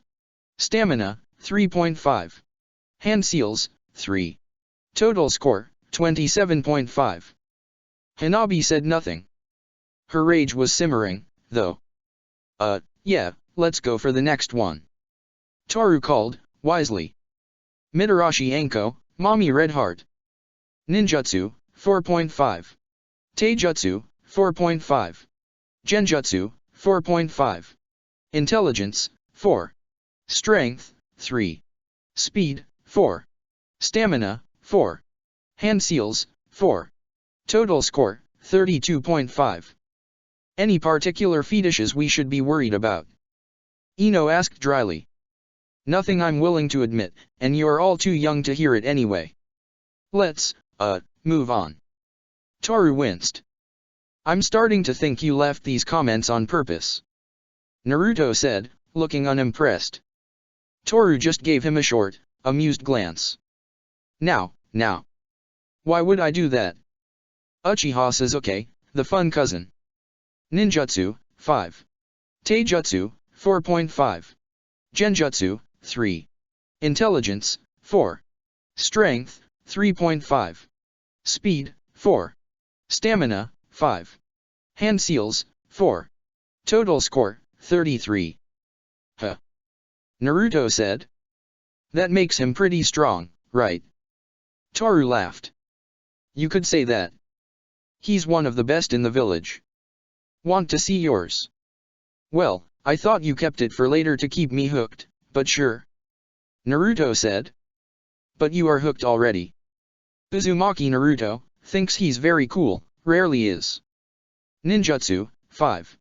Taijutsu, 4.5. Genjutsu, 2. Intelligence, 4. Strength, 4.5. Speed, 5. Stamina, 4.5. Hand seals, 4. Total score, 33.5. Naruto rubbed his finger under his nose. Well, I did train pretty hard. He smiled, pleased. Don't let his stupid cards get to your head. Ino rolled her eyes. Sasuke is stronger than you when he uses his Baijuyua. Toru corrected. Naruto grunted. Ino patted his shoulder mockingly. Next one. Toru proposed. Hey, take Kakashi, a real stud. Ninjutsu, 5. Taijutsu, 4.5. Genjutsu, 4. Intelligence, 5. Strength, 4. Speed, 5. Stamina, 3. Hand seals, 5. Total score, 35.5. Damn. Sakura let out. Yeah, I think I really did him justice with my drawing. Toru boasted. That's not dash. He slammed another card down on the table. Uchiha Itake, the other cousin. Ninjutsu, 5. Taijutsu, 4.5. Genjutsu, 5. Intelligence, 5. Strength, 3. Speed, 5. Stamina, 3. Hand seals, 5. Total score, 35.5. Which one's the strongest, between him and Dash? I got you. Uchiha Shisui used to have a lisp but pretends he didn't. Uchiha Sisui. Ninjutsu, 4.5. Taijutsu, 5. Genjutsu, 5. Intelligence, 5. Strength, 3.5. Speed, 5. Stamina, 3.5. Hand seals, 4. Total score, 35.5. So, more or less balanced? Sakura asked. Depends on the day, and the fight. Toru shrugged. But see, that's the problem with this. Naruto pointed out. What is? How are you supposed to say what a 5 is worth? Does it mean your brother and Kakashi are exactly as fast? Naruto asked. And if there's a cap at 5? Does it mean that's it, you're done, you've reached the top? It's just a hobby of mine. Toru shrugged. Don't take your relative lack of power too personally. That's not dash. What's the card that's face down? Hanabi asked, reaching for it. Toru shrugged. She turned it around. Uchiha Toru, me. Ninjutsu, 5. Taijutsu, 4.5. Genjutsu, 5. Intelligence, 5. Strength, 5. Speed, 5. Stamina, 5. Hand seals, 4.5. Total score, 39. Yeah, my hand seals are not the best. Toru nodded. He could admit as much. 2 days later. Behold. Ino said, hands on her hips. Sakura squinted. Am I supposed to be able to see something in particular? No. Not really. Ino shrugged. But me and Naruto dash. Naruto and I. Sakura corrected. Me and Naruto finished working on the mind space seal. The what now? Sakura frowned. She had no idea what Ino was talking about right now. She means the spirit room. Naruto piped up. Ino glared at him. Ah. Sakura nodded. The thing where you pull your clothes and armor from. Hanabi's ears perked up. Ino sighed. It's way more than this. But yeah, the thing where I pull my clothes and armor from. Well, a fresh copy of them every time, technically. Are you saying you managed to make this usable for anyone? Sakura asked dubiously. Ino snorted. No, of course not. This is way beyond us, for now. But as long as you're part of the link, you should be able to access mine or Naruto's, if you are marked with the seal we came up with.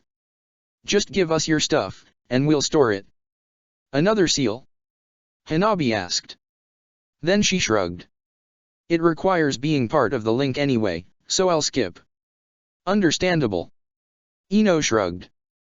The seal fits inside the Thundergate Matrix seal, anyway, you won't see much of it on your body. Toru sounded interested, though. Let's link up, then. He nodded. You sure? Just like that? Naruto asked. Well yeah, sure. Toru shrugged. Then he paused. Wait. Does the seal make you want to do strange things? He looked around himself, Ino, then Sakura. Like what? Naruto asked. Does it make you strangely attracted to hulking blonde men? Naruto paused. Then a small smile threatened to pull his mouth up. Sakura glared at both of them. It didn't for Sasuke, at least, but no guarantee here. Naruto shrugged, hiding his smile. I wasn't that big nor blonde, back then. Ino groaned. How long has it been since you got your ass beat this badly? Toru asked. Naruto dodged under a kick, ignoring the nonsensical comment. Of course he was eating hits, he was not using any chakra enhancements, while Toru had no such restrictions. Well, no, he did not use chakra. But he was still using his Sharingan. Naruto got hit by a fast haymaker. He retaliated with a spinning kick that Toru blocked. The Uchiha flipped him over, making him land in the sand, on his back. Naruto let out a long sigh. Is there really a point to this? Of course. Toru looked offended. That's how Kakashi used to train me. Oh, but I remember Kakashi's training methods. Naruto groaned. Can't say I'm really fond of them. Like that blinded dash. That's a great idea. Toru beamed. I can't believe I forgot about the blind training. It's supposed to be super good to help you not to rely on sight too much. Naruto sighed. Well, he did need to keep up his chakra sensing training, anyway. Man, this girl really had lot of things to say, and oh, there's a crack in the wall behind the tiny crack in the table. How did it get there? Why is it there? I want to know more, so I'm staring at it and staring at it, but that doesn't do anything, so I'm doing it with more intensity. Why? I want to know more. Then I realize that I completely forgot what we talking about with Akemi and don't know what I'm talking about anymore. It fucks things up sometimes. I remember that one time when... Toru, can you please turn your volume down? Naruto asked through the mind link, rubbing his temples. What are you talking about? Can you hear me? Toru answered even louder, through the link. He accidentally sent a picture of where he was, too. A small coffee shop. You don't have to scream. Ino said, almost as loud. She and Naruto had finally managed to find some privacy, and the Uchiha had ruined the mood. I'm not screaming. Toru screamed. Gods, will you two shut the fuck up? Sakura asked. She had been meditating on the lake, apparently. You don't need to broadcast your thoughts all the time, Toru. Ino tried a calmer approach. I know we're practicing with the group link, but most your thoughts will stream across anyway, so you don't have to force it through. I'm glad you really like this girl, though. Sakura said. What makes you say that? Toru asked. You've been thinking about her for the last 10 minutes straight. We're talking, of course I am. What do you think about when you talk with me? Naruto asked. Anything but you, but that's different. She's cute, at least. Orochimaru arrived in UMI after close to a month away entirely. One day he was away, pretending to be a Kiri ninja, and the next, he was sitting at Naruto's table. Drinking his tea. Yeah, that's never a good sign. Naruto sighed. Let me gather the others. Orochimaru just nodded with a slight smile. Anko, Hanabi, and Toru arrived pretty quickly. Sakura and Ino were here already. How bad is it? Sakura asked. Akatsuki placed a puppet ruler in the hidden mist. Yagura has been gone for a while, and the same goes for the Six Tails Jinhuriki. There are only 5 beasts left, if the 7 Tails truly is free, like rumor has it. Orochimaru declared. Fuck. Anko and I killed Konan. Ino said, somewhat proudly. So at least we have that. Orochimaru paled.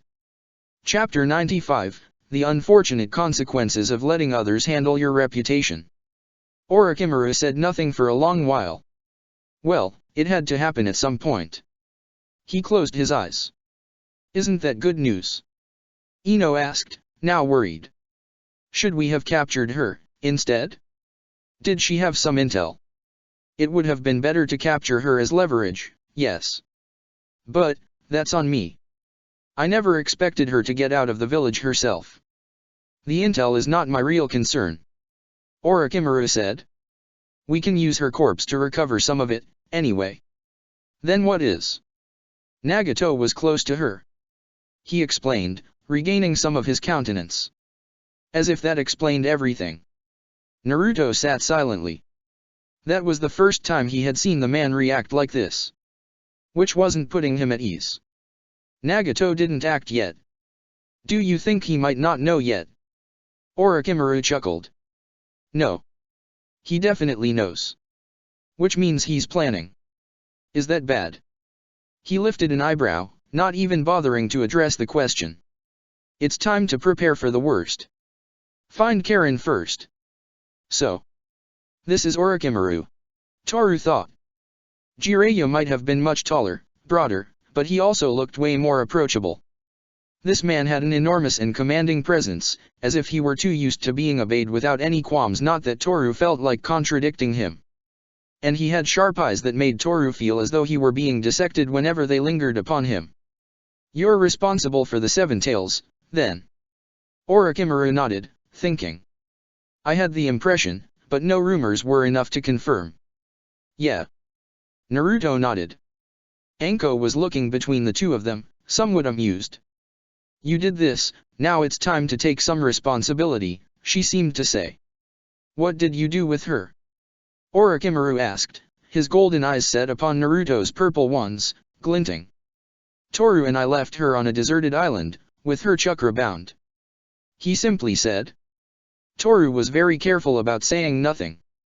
He shot Naruto a dark look for involving him. We should use the beast's power, instead. We will need something. Orochimaru said, the sharp edge of displeasure obvious in his voice. Toru winced. The only thing Fu can really do is let the Biju rampage. Naruto waved off, entirely too casual. Free the Seven Tails, then. Use the Sharingan to control it. Orochimaru fixed his eyes on Toru's single one, and he looked away. It's too risky. They have Tobi, and he has more experience, when it comes to subduing a beast. Naruto frowned and suddenly the air smelled of ozone. Orochimaru's lips thinned, and the pressure in the air intensified. Then we can extract it. We shall confine it until we find a suitable host. And put it into whom, exactly? Naruto crossed his arms. Orochimaru's eyes narrowed but he didn't say anything. Naruto continued, shaking his head. There is no feasible way to do that. You know how long it takes to train a Jinchuriki. And none of us could manage to hold it, either. Naruto amended himself. Well, almost none of us.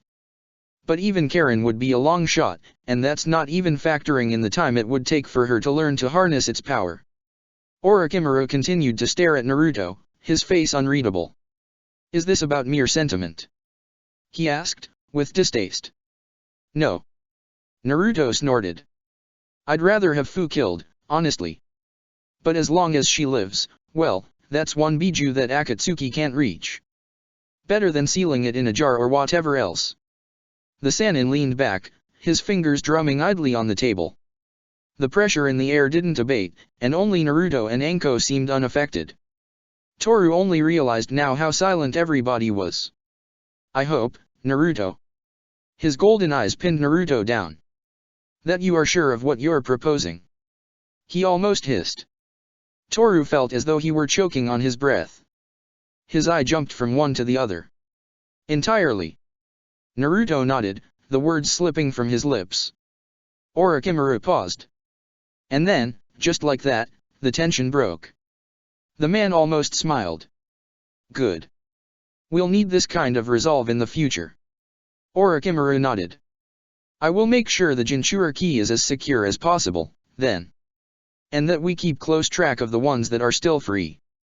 He stood up to leave. Anko moved with him, like a shadow. And after this, tell me what happened while I was away. He addressed Naruto. We shall resume training, as well. Sure.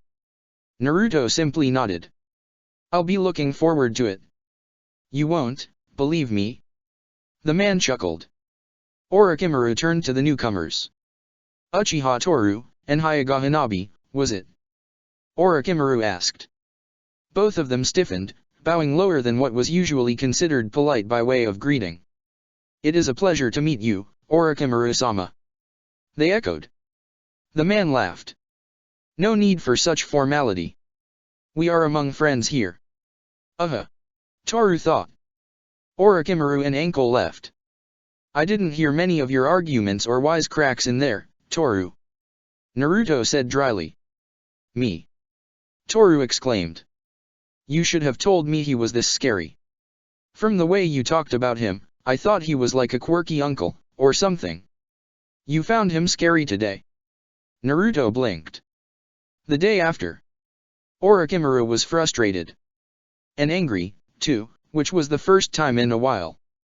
And worst of all, he was actually worried. He had used his extensive network of informants, in the hope of hearing something that might give him an idea of what Nagato was planning. Nothing. He got nothing.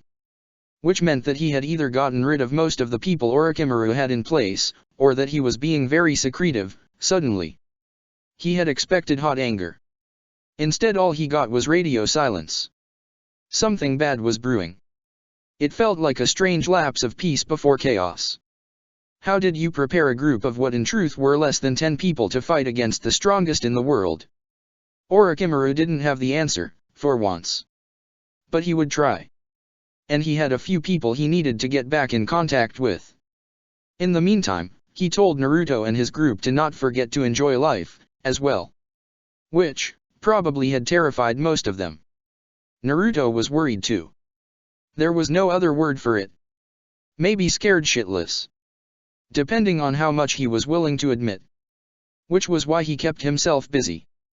He had the feeling he wasn't the only one feeling restless, because there was definitely some fear in the air. And his friends were acting too casual, which was always a good sign, too.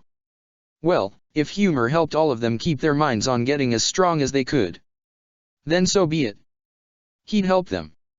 Then the hard part of the training would start. Nothing like what they had been doing recently.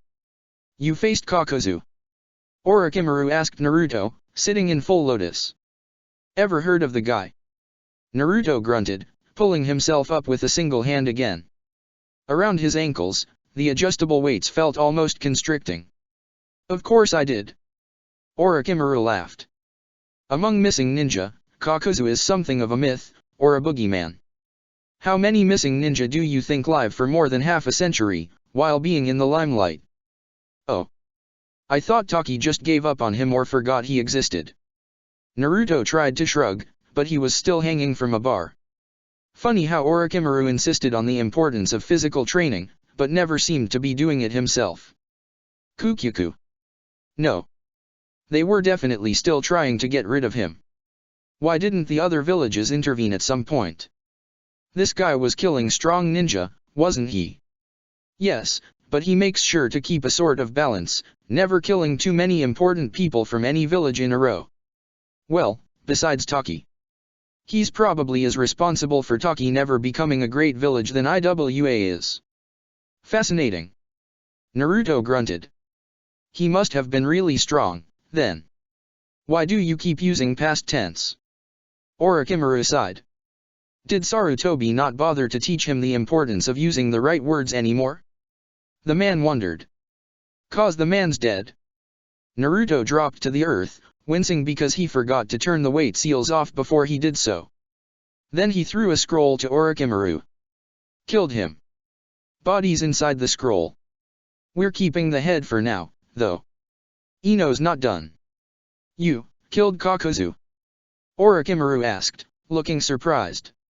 Naruto hid a grin. Fucking finally. He had managed to get some emotion from him. That was twice in 2 days. Yep. How? I shot him with my bow. With a bow. Orochimaru hissed. He was rumored to be immortal. Well, not to my bow, he wasn't. Naruto chuckled. Come on, don't be sad, I'm sure you'll find a better form of immortality than he did. Naruto laughed. You've got his body now, after all. Naruto paused. For a while, at least, I'm still going to cash it in later. The blindfold was pulled off his eyes again. His eyes adjusted to light again. Ah. His jailer was back. And whistling. In a good mood, then. These were the worst. We're having great weather today, aren't we? Please. Haiden's disembodied head rasped out. Kill me. Orochimaru laughed. Why would I? You and your new friend will be very useful to me. He unsealed a corpse that Haiden didn't recognize. Now. Let's see how his body and your head fit together. He chuckled. I've had enough. Haiden tried again. I have seen the light. Irigra dash. Oh, come on now.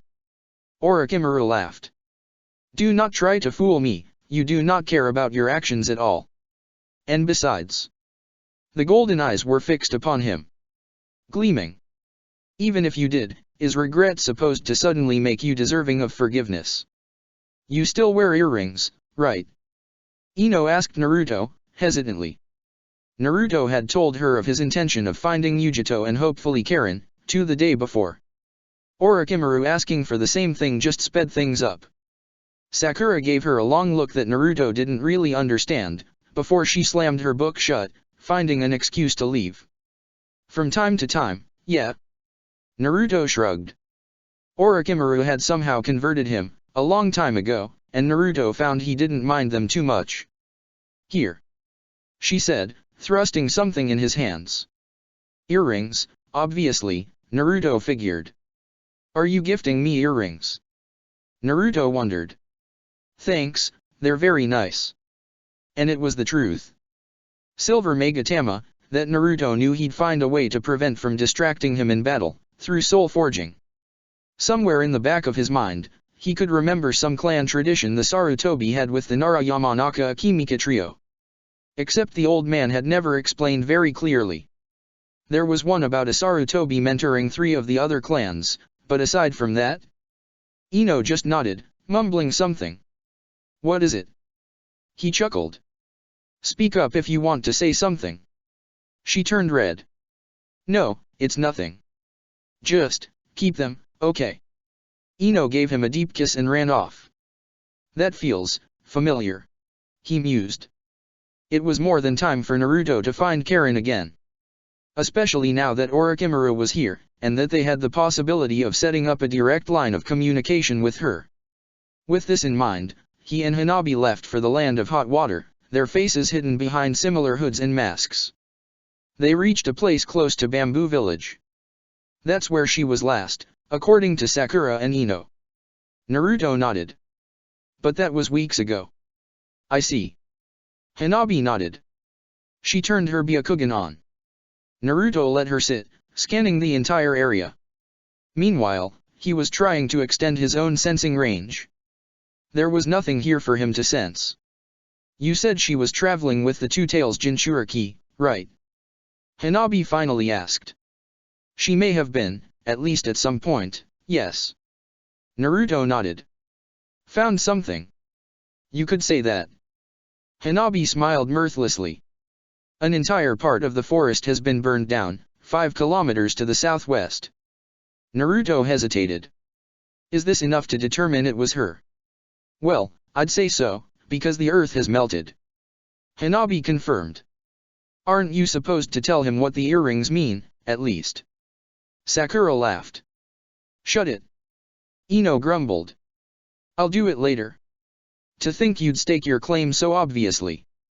My. It's like a dog marking its territory. Ino rolled her eyes.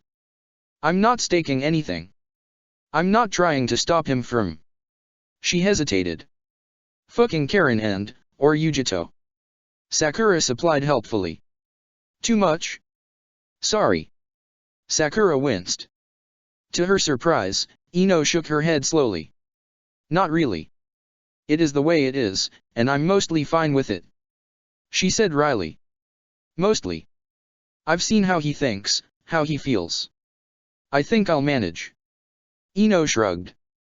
Because you know the two of them already. Sakura prodded. Ino thought about it. What if he meets a new, cute, stout, dark-haired girl with dash? It's time you learn when to shut your mouth. Ino raged.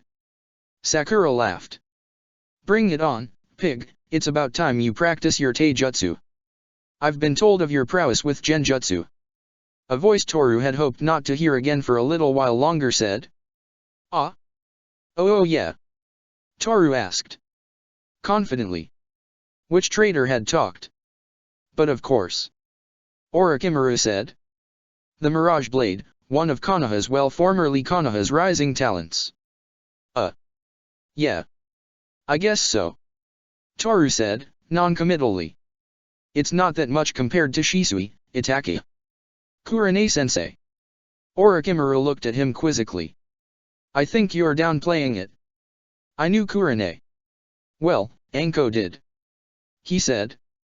Toru stiffened. She was a strong kunoichi, and I'm sure she taught you well. But as far as talent with illusion goes, you're beyond her, now. Toru stayed silent for a while. Because of this. Only because of this. He pointed at his Sharingan. And this sword, maybe. Orochimaru shrugged. Maybe. It is one of the world's strongest bloodlines. And there was a time where I envied the Uchiha clan's dojutsu. Not anymore. Toru asked, not sure whether he would like the answer or not. Suna was probably recruiting too, he thought. No. Orochimaru shook his head, done with this topic. Be as it may, you have the Sharingan. While you should obviously not rely solely on it, it would be a waste not to acknowledge the fact it's yours. Yeah. I guess so. Toru finally nodded. Now, here are a few things that could help you. Orochimaru instructed Sakura, too. She had done pretty well in the Land of Water, as Kuramoto Shinji. And whenever Orochimaru saw talent, he saw the potential for change. The one wheel driving the universe forward. No. He shook his head. Less, imperious. It is closer to the sort of detached relationship with power having been wielded for too long, than it is to this sort of overt posturing. Sakura nodded and took it in stride. That's a bit closer, but there's more humor to it.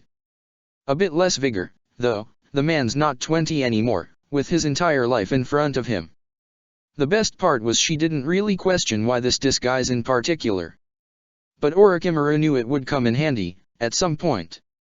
The Byakugan made tracking child's play. Or at least, Hanabi's. Naruto had no idea if others were half as good with it. He told her as much. This is nothing. She muttered back. Hinata would have found them already. Maybe. Niji. She shut up. Sar subject, still. Both Karen and Yujito have huge chakra reserves. Naruto said instead. I don't know if this makes a big difference to the Byakugan or not. Some, yes. Hanabi said tersely. They had passed the area of the fight a while ago, now relying on Kyumo's tendency to expand to the south. Without Hanabi's eyes, most of it would be conjecture. With her around, they could find caves that had been inhabited recently, and by whom they had been. Kyumo or Iwa, or neither of them. And traces of earth that been compacted and raised, then shaped, and put back down again. This was Karen's handiwork, for sure. In UMI, a few people read through the latest worldly news. The UMI menace, what else are they planning in the shadows? By Sasaki Haruko. Silent War. The Untold Truth Behind the Taki Massacre. By Ohara Toshiko. Biju Stealers. By Keo Juba. Uzumaki Naruto Still at Large, What is Earth Country Not Telling Us? By Hatanaka Siyaki. Taki's Great Fire. By Sunda Bunko. Should Konoha be held responsible for UMI's actions? By Takata Shao. Indra. By Taniguchi Naoko. The World Eaters, a small shadowy faction, might just want to see the world burn. Like what happened in Taki. By Matsuda Kentaro. Toru heard Ino groan. She threw the newspapers from different countries away and palmed her face. She then let out a frustrated scream. There were more and more each week, the titles getting more and more sensationalist. See the bright side. Toru tried. At least your face is not everywhere. Not like Naruto's. And it was somewhat amusing, seeing how threatening the pictures they tended to use made him look. Whoever had snapped these pictures of him during his short visit in Konoha had definitely caught him in a bad mood. Or maybe, Toru thought, maybe he just didn't like being in Konoha at all. How can trash like this even be published? Ino groaned. They're just pushing eye-grabbing headlines, and then justifying the fact they can write it through a vague article, never going over this imaginary line, because if they did, they would have to prove whatever it is they're claiming. Some of it is fucking hilarious though. Toru contested. Did you know one of these calls Naruto, the most dangerous man alive? Shit, if I wasn't so straight, I'd be so curious. It's like the ultimate bad boy appeal. Toru. She said, glaring at him. What? Somebody somewhere is bound to think the same. He laughed. He read through more of them and then turned serious. The Tsuchikage's granddaughter was killed, too, apparently. The general. Was she really? Ino frowned. Wait. Anko said something about creating a diversion, didn't she? Do you think she could have? They looked at each other. It was Anko. Both of them started laughing nervously. Yeah, she would. Well. Orochimaru thought aloud. This might make things a bit more complicated on the international scene. No matter. He would tell Jiraiya, or Sarutobi what he knew and let them decide what they would do with the knowledge. If they were still willing to listen, considering everything. So. Which one is your favorite? Anko asked eagerly. Orochimaru shrugged. Why don't you show me yours, first? Let's go at the same time, then. As usual? I got 2. 2 for 2, then. Her sensei nodded. Uzumaki Naruto suspected of infiltrating all great villages. Taki's invisible general killer strikes again. These are my picks. Anko grinned. The second one especially. Apparently some hotshot died in Kiri, and they're putting the blame on me. Orochimaru mused, trying to prevent a smile from forming on his lips. Not bad, not bad. He set his own on the table. Gold and Silver Brothers heir, Kyumo's dirty little secret? Everything about the criminal mastermind who seduced a clan heiress into killing a world leader. Anko guffawed. Ah, fuck. She said, in between peals of laughter. These are much better. You win this one. I didn't expect anything else. Orochimaru chuckled. Naruto never really seemed to enjoy it as much as they did, so they'd have to keep the worst of it away from him. Maybe ninja tended to develop a pretty fucked up sense of humor, over time, Orochimaru mused, not for the first time. Naruto started. Yeah. Hanabi nodded. That's the Kyumo camp. It's way bigger than I thought. Kyumo is highly militarized. Hanabi nodded. It makes sense that they'd have such a large one. Behind a long military curtain stood the Kyumo stronghold. Did they build it recently, or were they just occupying it? No matter what, it was practically full of people. Hanabi gave him a very rough estimate, numbering it at around 1,000 people, or more. And Karen is supposed to be in there? He asked dubiously. He knew she didn't currently have a bounty on her head, but that would be pushing it a bit. I don't know. Hanabi shook her head. I never even met her. True. The Two Tails Jinchuriki is here, though. Sure about that? Yes. Well. Let's see if I can manage to talk to her. Kage Bunshin was made for situations like this. I'll disguise it, and hopefully, she'll pick up on my chakra. If anything dangerous happens. We leave. Sure. 1 hour later. You know. part of me is wondering why the hell I even bother listening to your shit again. Hanabi, the young woman who's standing guard, and I have been looking for you, Yujito. Naruto said, sitting in a clearing, far from the Kumo stronghold, in front of Yujito, who had somehow agreed to meet with him after meeting his clone. With Darui gone, she had been put in charge of the entire operation. And it definitely seemed as though it weighed on her. Naruto had never seen a Jinchuriki look so tired before. Dark eye bags lined her face. So? She asked testily. You've managed to make an enemy of both Konoha, Kumo, and even IWA, now, apparently. Meeting you is dangerous, to say the least. I've heard so, yes. Naruto said dryly. You still came here, though. Why are you here? She cut him off, her dark eyes staring into his own. There's information I need to give you. And a few questions I want to ask. She lifted an eyebrow. And why should I bother with your information? Naruto closed his eyes. I'm sorry about Darui. Yujito took a sharp breath. I tried my best, but he still died. From the poison. She stared at him and her eyes shifted into Matadabi's. Care to repeat that? Darui died from Sasori's poison, which activated once he tried to use his chakra. A truth. Or part of it, at least. She had hoped so, but to hear it. Why did he try to use his chakra? Yujito asked, feeling the same dread she had felt when he had heard the news crawl up. Because the Raikage, under the Sharingan's influence, attacked me. Darui tried to help me. Chapter 96, Best Intentions. Lies. Yujito hissed. How dare you? This time, she didn't believe her eyes, apparently. Naruto didn't feel like playing a game of cat and mouse. There was still Karen to be found. He went for broke. Read into my soul. You will find this is the truth. Naruto said, baring himself. Yellow and green met purple. Lighting windstorm met fire soul again. A long silence stretched. No. She said, unwilling to see it. No. Just like Ino had taught him, he pushed a memory at the forefront of his mind. Darui and he meeting the Raikage. The prison. Escaping. No. She said lowly. Please. Tell me it's a lie. A fabrication. Anything but that. Naruto winced, feeling terrible for her. He had just come around, looking for someone else, and like an afterthought, he had put her in an impossible situation.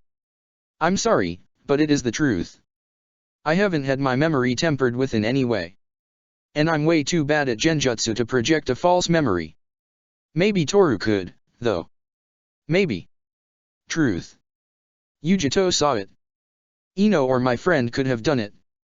Naruto admitted. But we simply wouldn't have wanted to do it. Either of us. Truth. Naruto continued. Did you speak to the Raikage directly, recently? Yujito shook her head, vaguely feeling as though she were falling backwards in a never-ending hole. I didn't, no. If you need to, be careful. The chakra inside his brain was Tobi's. Naruto thought about it. But maybe you could help figure out what it's making him do, exactly. He sent word to me. Yujito said, low and angry. Of your capture, and your killing of Darui. Naruto shook his head. Why would I bring him all the way to Kumo, only to kill him then? Naruto asked dryly. That's not quite how the Raikage presented it at the time. But I realized there were a few things about what he told me that didn't make complete sense. Yujito admitted. Did you really think I did it? Naruto frowned. We are shinobi. Yujito shrugged uneasily. Things change. Naruto nodded. I don't blame you. It was your cage's word, against, well, mine. She grimaced. There are rumors saying you used the Seven Tails to destroy Taki. We didn't. Naruto winced. We tried to prevent Akatsuki from getting it, and the resulting fight damaged what was left of the village. The tree burned because of me in a way, though. So some of the deaths are probably my responsibility. Not many, but there likely had been a few. We took the survivors to our home. To UMI. Naruto finished. I see. She was deep in thought. What were you supposed to say in this sort of situation? Your village leader was under the thrall of the very people who wanted you dead.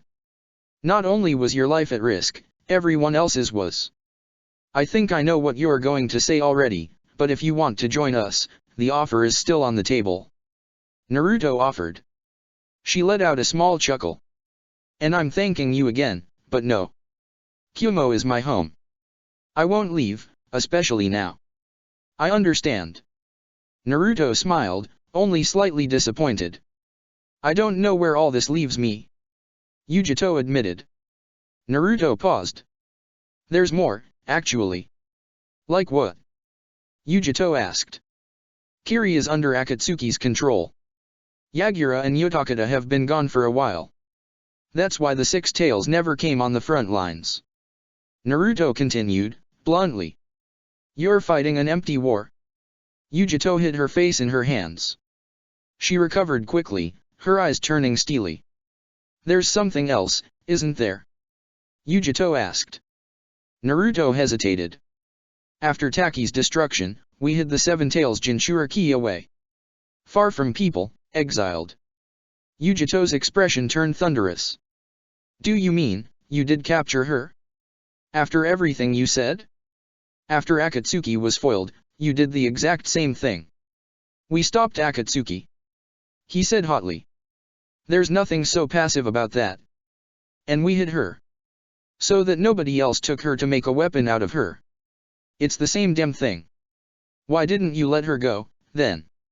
She's a remorseless killer. One whose village was just destroyed. There's nowhere for her to go. And there are people waiting to capture her. She continued to glare at him. You could have hidden her identity. Like yours was when you were a child. I'm sure you could have managed to treat her like anyone else. He snorted. If she were anyone else, any of us would have slit her throat already. Is this the way UMI does things? Yujito asked, now angry. She kills indiscriminately. Ninja, civilian, children. Tell me, what would you do with a flight risk like her running around? Yujito pursed her lips, but had no answer. Naruto sighed. You don't know her. That's why you're so quick to defend her. He shook his head, wishing she could understand. She's too far gone. Maybe years ago, we could have done something about it, but now, she hates people. Gods, she eats people. If you had heard the former Taki citizens' stories about her. She makes Gaara look tame. Silence stretched. I can see that you really think you did the best thing you could, so I won't press you on this. It's not my business, in truth, and maybe you're right about her.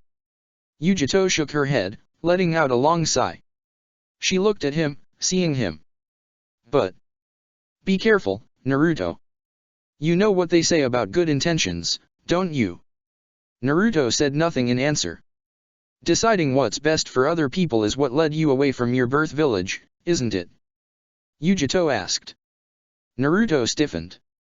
I am nothing like the third. And the Jinchuriki is nothing like you either, I assume. Yujito looked at him wryly. My point still stands. It was Naruto's turn to purse his lips. He let out a long, frustrated sigh.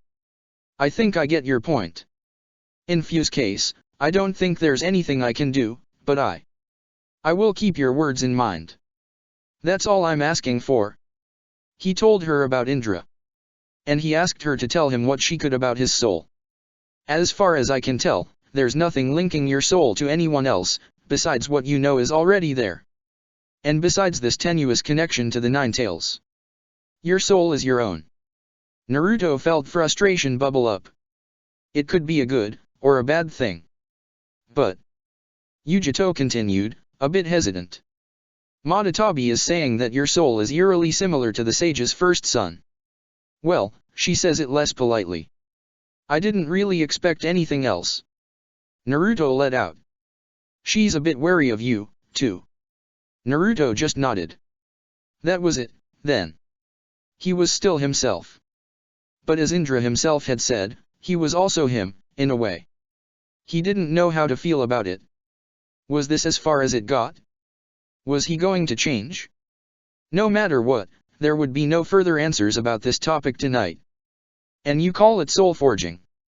Yujito asked dubiously, once he showed her what he could do with the ethereal flame. Yes. Have you used it already? She shook her head. Not much. I thought it was only good to make sharp weapons. To be honest, I mostly forgot about it. I had other things to do. Like spearheading a war. Yeah. I get that. He let out a small smile. I can show you how to weave seals in, but you're going to have to learn about sealing on your own. Yujito gave him a hesitant smile in return. I think I'd like that. The atmosphere seemed to warm up a bit, despite their obvious concerns. To Ninja, grim topics could easily something to share a short laugh about. And there are people in Kumo that believe you don't even exist. That you're something the top brass made up in order to scare them into going to the front lines. And they even go above this. She cleared her throat, before speaking one octave lower. If this Uzumaki really is strong enough to escape Kumo and control the mighty beasts, who's to say he won't just find us on the front, huh? The hell is wrong with people? Naruto shook his head, with a small grin. You escape one shitty jail and suddenly people think you're the devil in the flesh? The way you did it didn't help. Yujito chuckled. They say that the only reason you'd have to discard subtlety, is because you didn't need it in the first place. And that you could have released the Nine Tails to nuke the entire village. That we got lucky. Naruto laughed, but he wondered. Was there a similar reason as to why he hadn't been sent to aim again? Maybe Nagato wasn't willing to take the risk of the beast what was left of it breaking free inside his village, now that he thought Naruto was more familiar with its power wrongly. Or maybe it really was the Raikage being power-hungry enough to keep him there. Hard to say. Wait. Naruto said. What is it? You didn't tell the Raikage that I can't really use the Nine Tails like this. He asked. She scoffed. And what should I say when they inevitably ask me more questions? I spent a night with the enemy dash. And it was the best night of my life. He finished for her, amused. That's definitely not where I was going with that one. She glared at him. You didn't complain, either. She rolled her eyes. Oh, yes. Mr. Nine, you and your devilish cock changed my whole outlook on life. Naruto nodded sagely. I'm glad you can finally admit it. She laughed. Were it any other day, I'd ask you to prove your claim. I'm quite pent up. She admitted. It would be a nice relief from all this. She let the sentence hang in the air. Not that Naruto would have taken her up on that offer today. He had Karen to find, and she had given him a few important things to think about. And so, for once, he didn't feel like it. Hanabi keeping an eye on them was not helping matters, of course. I don't think it's a good moment, anyway. You look like you're at the end of your rope. Please get some sleep. He said instead. Are you rejecting me? By sending me off to bed, like a disobedient child? She joked. After all the trouble I went through to come here alone. No. He smiled. My friend is kinda watching us, too. Ah. Yujito sighed. Mood's not exactly the best for it. Another time, then. I'd love to. She smiled a bit. Yujito shook her head. I don't know where Karen is, either. Yujito admitted. Naruto groaned. It's on me. Yujito said. We kinda had a small falling out regarding the Raikage situation. I'll have to apologize. She turned a bit somber. She still didn't know what to do about it, of course. Well, I guess we're going to have to find her ourselves, then. Naruto shrugged. It shouldn't be too hard. Yujito smiled slightly. I think she's staying close enough to keep an eye on me. Naruto lifted an eyebrow. Considering this was Karen, this could be a lot of distance to cover. Well, no matter. He had Hanabi with him. All right. He nodded. Before I leave. I know you're not looking to join our village, but we have a way to stay in contact through the link. Sure, let's do that, then. She nodded, knowing where he was going with it. Having someone who she could speak freely with about the whole situation would be very welcome. Killer Bee would be complicated. He only really listened to his brother. I assume it's something Ino came up with. You could say that. Naruto smiled. So I'll just need to put a seal on you, no underhanded tricks, I promise. I assume Karen-san was not around, then. Hanabi said. Naruto shook his head. No. But she's in sensing range. How much is that? Naruto winced. For Karen. Several dozens of kilometers of ground to cover. To her credit, Hanabi didn't show any overt reaction. Well, let's get started right away, then.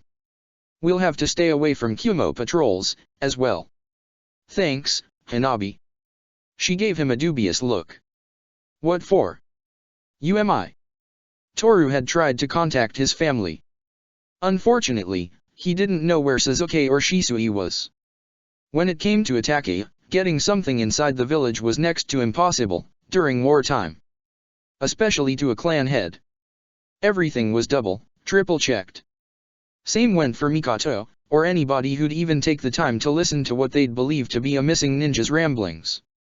His swallows had scoured over the land, but had never managed to get close to either. Even if they did, they would never manage to reach Sasuke, as well protected as he usually was. He sighed. What was the point of having all this information, if nobody was going to use or believe them anyway? Well, this made him want to double down on his idea. All right. Toru said. I'm calling a council meeting. A full one? Ino asked, amused. Ah. Toru hesitated. No. I don't think we really need Orochimaru around today. Oh? That's a surprise. Sakura grinned. Toru scowled at both, and started speaking before they could continue.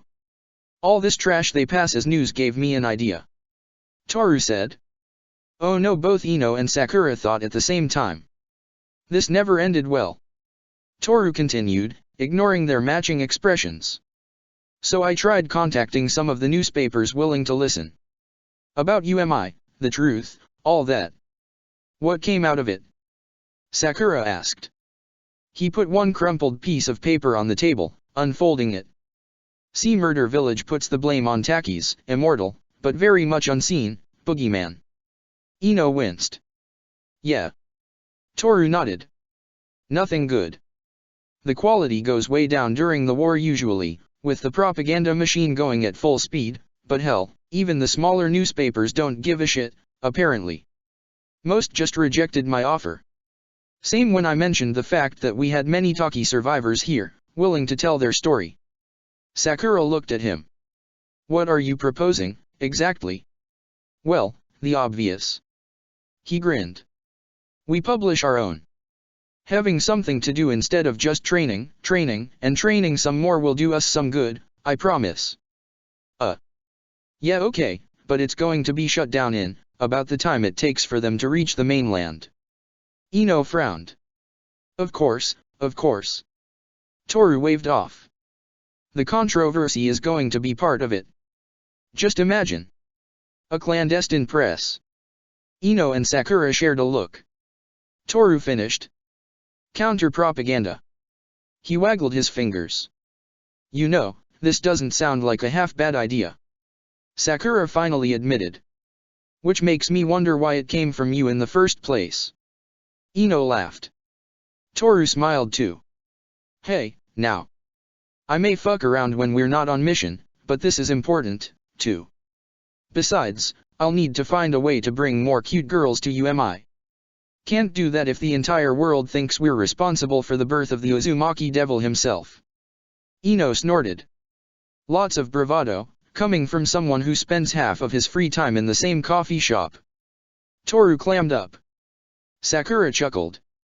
I'll be looking forward to getting to know Akemi in the future. It's not like that. Toru looked away. Ino held back laughter at his expense. How would we do this? Newspapers, leaflets, broadsheets, brochures, posters, too. Toru started to enumerate. I'm sure there are some former Taki citizens who can help with that. How do we distribute them? I can't imagine newspaper sellers will want to touch them with a 10-foot pole. Not in the great villages, at least. Sakura mused. That's fair. Toru admitted. Let's not start with the villages, then. If it gets popular, people who want to get their hands on it will find a way. No. Ino shook her head. We can still distribute them there, too, from the very start. Bribing a few people to carry them inside the villages should do the trick. If they manage, which I'm not so sure about. What are we putting in? Sakura asked. Actual news, less stupidity, the truth, nothing that compromises us, of course. Testimonies. Yeah, okay. But how do we make it stand out, then? I don't think just promising to tell the truth to readers is going to do much. Let's find a gimmick, then. Ino shrugged. Toru thought about it. You know what? I'm going to write a few comics for it, then. For practice's sake. Toru shrugged. That's going to be the gimmick. Comics? Sakura asked dubiously. Yup. The comics themselves won't be about the war going on, though. There's enough of that. People might want to read something else. Toru said, with some steel in his voice. So. Something funny, I guess. Or mildly amusing, at least. It would help with fixing UMI's growing infamy. And again, give them something to do, aside from the endless training. And who knows? Maybe the comics themselves would gather some attention, too? The next day. Close to the Land of Water's border. Tracking down Karen was harder than expected. She was aware of most villages' tracking techniques, whether it was Konoha's hound tracking, Byakugan or insects. Suna's reliance on wind to carry chakra. Iwa's ability to locate chakra through the earth. And of course, as one of the best chakra sensors alive, she knew how to hide her chakra so effectively that Naruto was basically a sitting duck here. Hanabi and he searched in 5 kilometers radiuses, moving along the entire area, and then moving on to the next. They stopped to rest. Hanabi turned off her Byakugan. This is going to take forever, isn't it? Naruto asked. Tracking can be. Hanabi said, simply. But if she is around, we will find her. Naruto smiled. Thanks, Hanabi. She went to sleep soon after his clones set up a warding perimeter. One of his clones soon came back, sitting next to him. Aren't you supposed to keep watch? Naruto asked him, lightly amused. He had put enough protections around the place they were sleeping in, as well as an intent barrier, so he wasn't overly worried. I guess I was. The clone said, shrugging. His voice sounded a little bit off, something about the cadence reminded him of someone else. A sword appeared in Naruto's hand. Whoa, easy there. The clone laughed, holding his hands up. You're not who you say you are. No shit. The clone's transformation dispelled, revealing Karen. She released her hold on her chakra, a powerful, golden light. That was her, all right. Aren't you supposed to keep up with your sensing training? Karen asked him, amused. Chapter 97, Lay Your Hearts. Taki's People Live On. By Chino Megami, Bamise Hinban. I did keep up with my training. Naruto said, feeling vaguely offended. Ah, I guess I was just always better than you at these things. She grinned. Anyways, oof. His bear-like hug took her by surprise. Easy there. She laughed. You're breaking my ribs. Well. I missed you, you goofball. Ah. Karen let out, feeling pleased. She hoped her cheeks didn't look too red. Me too, stupid. She hugged him back, pressing herself against him. It's good to be back. Welcome back, then. Once more, he launched into the story of the last weeks. Gods. Karen finally said. His stay in Kumo had been rougher than she had expected. Well, it still beat being captured by Akatsuki, because even with someone like Orochimaru, she wasn't sure they would have been able to break him out of AIM itself. Naruto misunderstood her silence. Yeah, Toru found his way to UMI. Can you believe that? She shook her head, amused. I can, actually. What about your side? He asked. Karen shrugged. Not that much happened here. Fighting. War. Bad, but, yeah. I stayed here at all times to keep an eye on Yujito. I was kind of cut off from the entire world, besides that. Which gave me the time to try out a few ideas, as you might have noticed already when I sneaked up on you. She grinned. He huffed.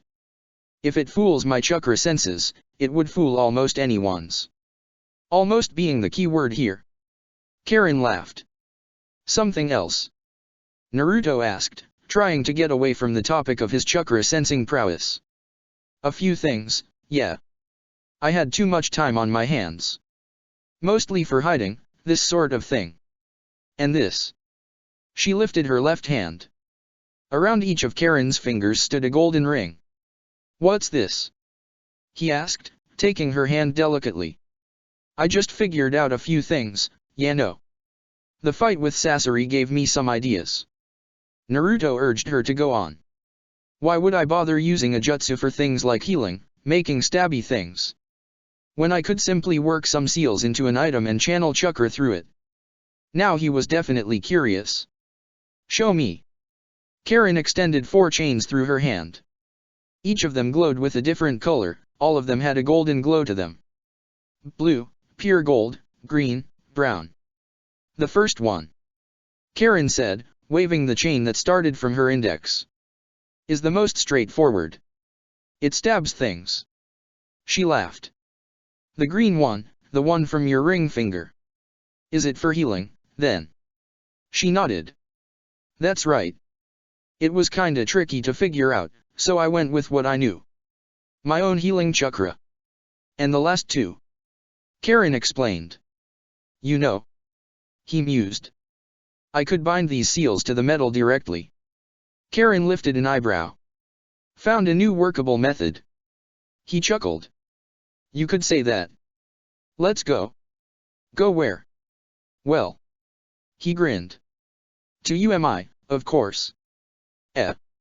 Karen asked, scrunching her face. What about Yujito? We have a way of contacting her directly, now. Is this going to be enough? I put a mark close by, too. And it's more efficient than just having one person staying here. He shrugged. What about Dash? Do you actually want to stay here? She snorted. Of course not. Let me get a few of my things, and let's be on our way, then. He woke up Hanabi, explained the whole situation to her. That's very anticlimactic. She said, rubbing the sleep from her eyes. He shrugged, as if to say, what can I say? Pleased to meet you, Hanabi. Karen grinned. Likewise, Karen-san. She nodded. They followed Karen inside a dark cave. Don't tell me you lived here. Naruto chuckled. Of course not. I'm not a bandit. Karen scoffed. It's strange.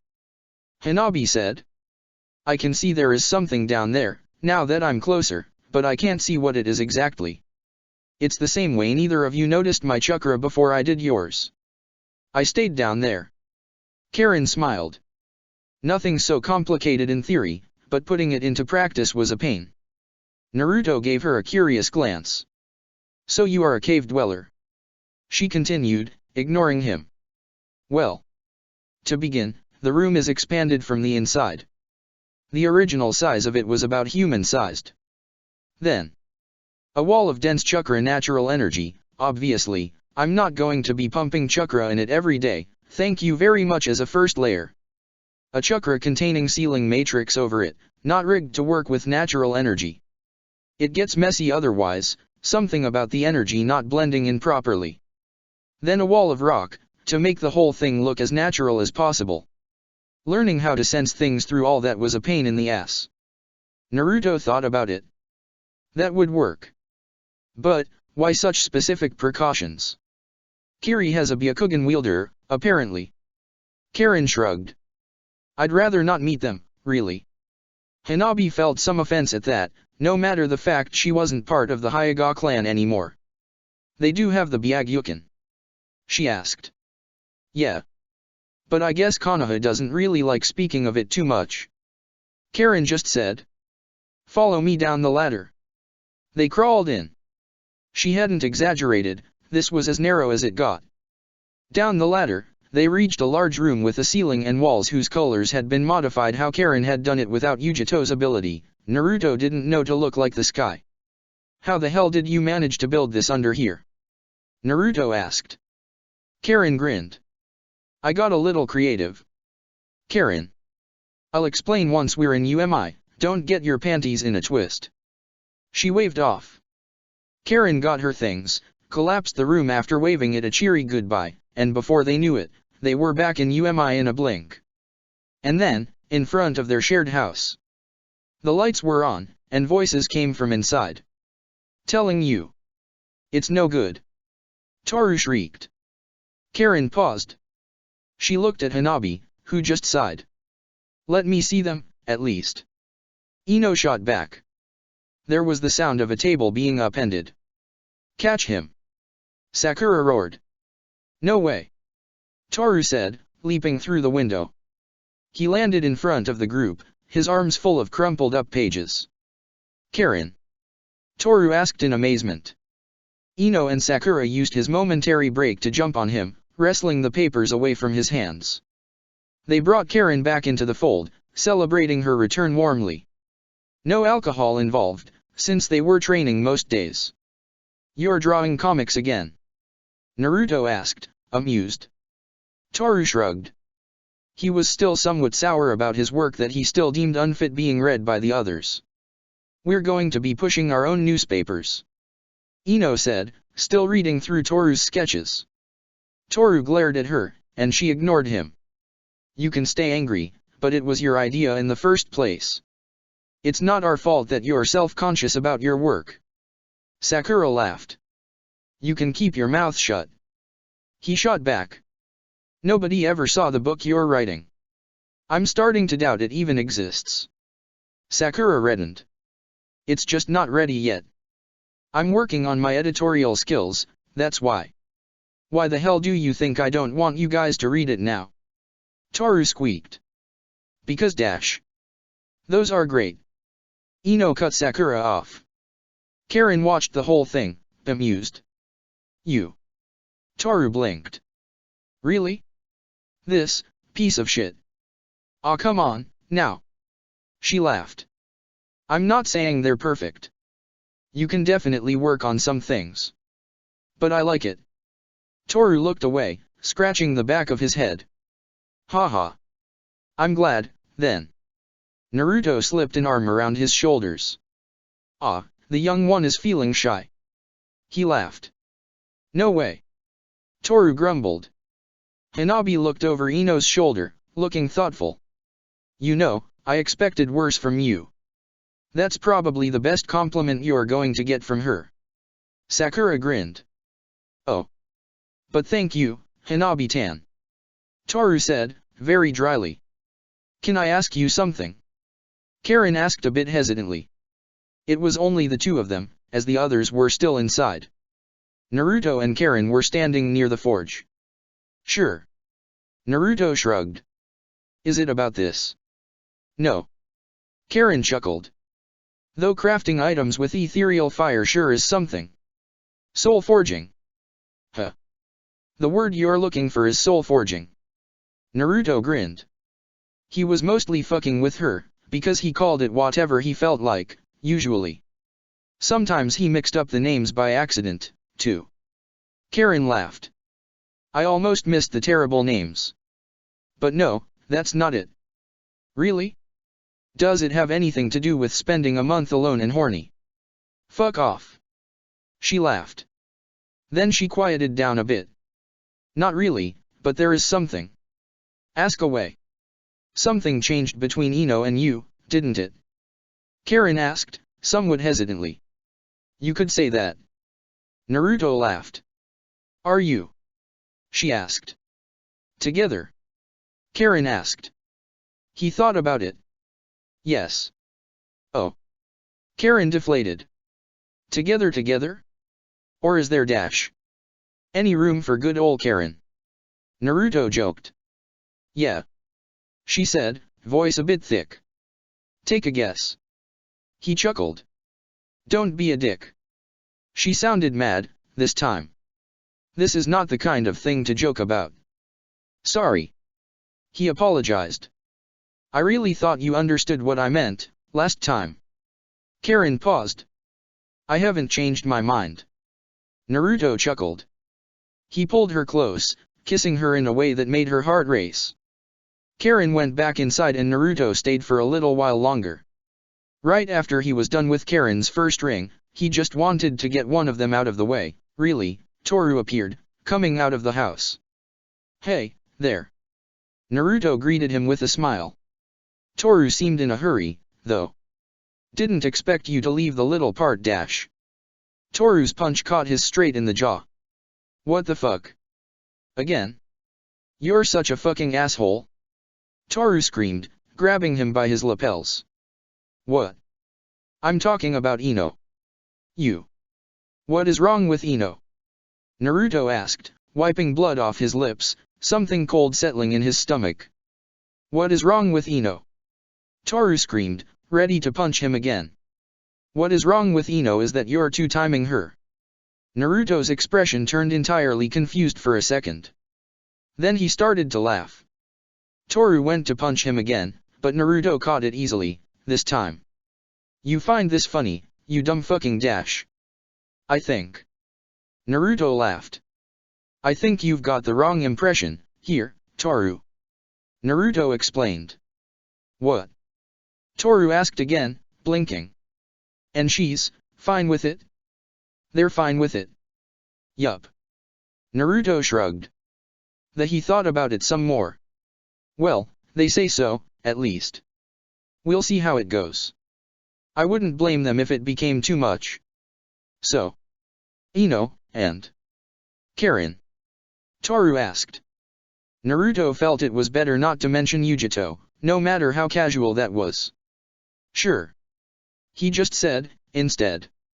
So, is this somewhat serious? Toru asked awkwardly. I love them. Ino loves me. Naruto shrugged. Don't know about Karen. I'll forgive you for that punch. Naruto laughed. Don't do it again. Toru's look seemed somewhere between anger, frustration, and admiration. I knew I shouldn't have listened to Kakashi. Toru cursed, pulling at his hair. Muscles don't matter, or whatever he said about looks. It clearly does. You think they're with me because of my muscles? Naruto asked, amused. Of course. What else would it be? Toru shouted. Your charming personality. Hell no. Why do you have dried blood on your face? Ino asked, sitting next to Karen. It's nothing. He laughed. Toru forgot to read the room. She gave him a dubious look. Okay. Naruto shrugged. Instead of answering, he just showed her the memory, just as blunt and careless as he could sometimes be. Ino stiffened, passing through many emotions. Part of her definitely felt jealous. But well, ever since the moment she had come back, Karen and Naruto had been involved with each other. So this wasn't that different.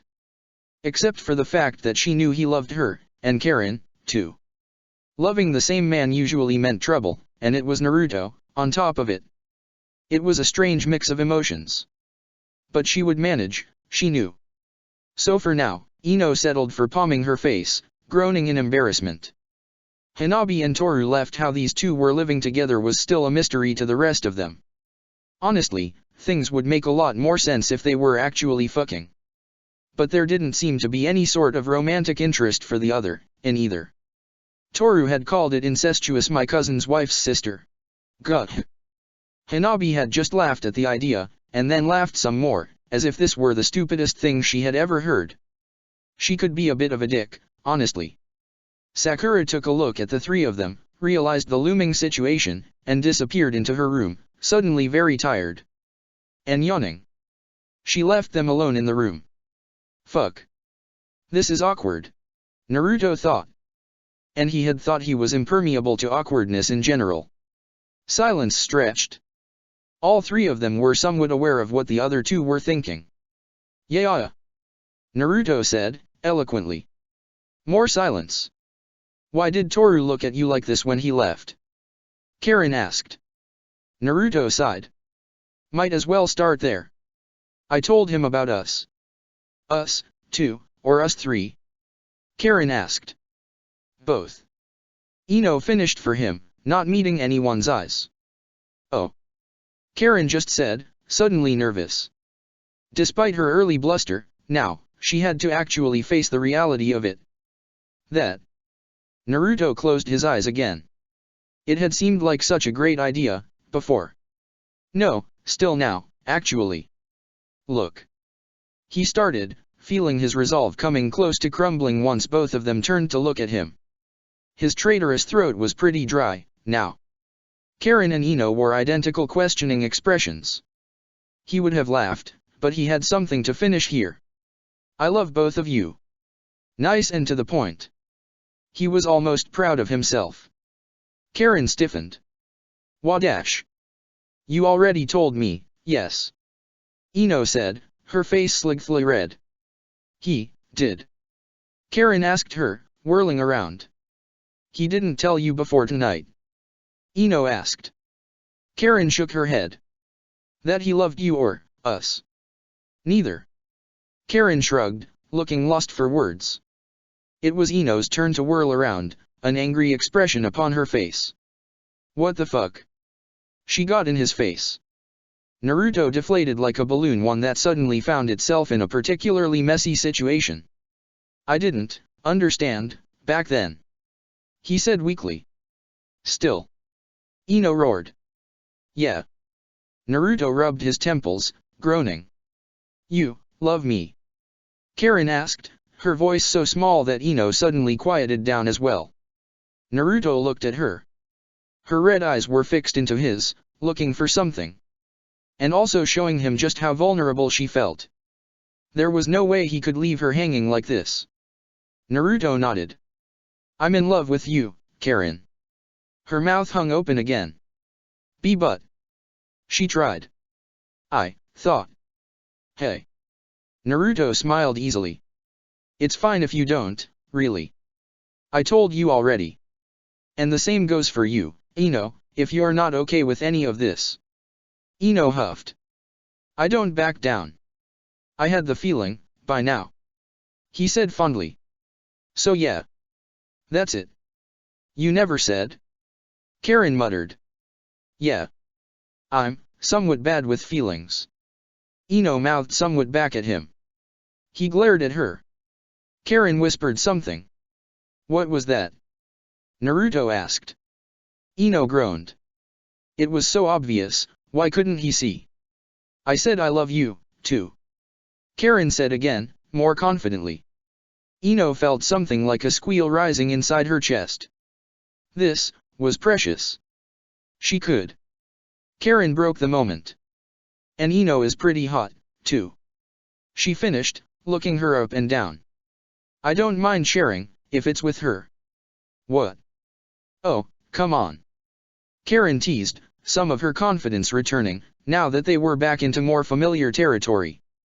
Do you really think I didn't expect you and Naruto to get involved at some point? That's not dash. You've been looking like you want to dash. Ino grabbed her lips between her fingers, face flushed red. I get it, I get it. You can shut up. I'm still here, you know. Naruto chuckled. So what? Who are you, even? Ino glared at him. You got us in this mess in the first place. Take some responsibility. You're right. Naruto nodded, with a dumb smile upon his face. I love you girls. Now, why don't you both come closer? Karen did so first, nestling herself against his larger frame happily. I missed this, you know. She said. He laughed. Me too. Aren't you coming, Ino? Karen asked. Ino hesitated. If there was a time to back off, now was probably the time. They would understand, both of them, she was sure. Maybe there would be some awkward moments later on, considering everything, but she was sure they would move past it. She could. Gods. Who the hell am I kidding? She thought, and the feeling went through their shared bond. She was theirs, just as they were hers. Ino threw caution to the wind. Chapter 98, Training for the Job 3. The Reasons Behind Uzushiagakure's Destruction. By Okuda Masanori, Bamise Hinban. Sleeping arrangements had been a bit complicated to figure out. Ino had been sleeping with Naruto for the whole time Karen had been gone, and she wasn't feeling ready to sleep with both of them. That's why she went back to her own Karen's, technically room to sleep. Is what she would have liked to say, for pride's sake. Instead, she passed out sandwiched in between Karen and Naruto. And that's where she woke up too, groaning. At the very least, they didn't have sex. This would have been too much for Ino. Too sinful, maybe. Well, she tried to convince herself. It wasn't that different from a sleepover, then. Except for the nudity. But they had seen each other naked already, all of them. It wasn't so different. Yeah, that was about the same thing, Ino decided. She went back to sleep. Toru went to meet Naruto. They were supposed to start training in a little while, and for once, he had woken up early. He leaped upon Naruto's balcony, expecting him to be up, as usual. Toru froze. Was his eye playing tricks on him? He turned his Sharingan on, not because he was into voyeurism, mind you, but because he needed to make sure this was real. There seemed to be one too many people there. Blonde, red. No, this was no illusion. And that meant Naruto had been serious, the night before. He had thought it was a joke in very bad taste, the sort that... Yeah, the sort that he himself would have played, never admitting the truth, likely. Apparently not. This fucker. He cursed Naruto's name. Whispering. Feeling some vicarious pride. Why did some people seem to be born with all the luck? He went out silently, and pretended to ring the doorbell. Orochimaru was currently busy with his own research.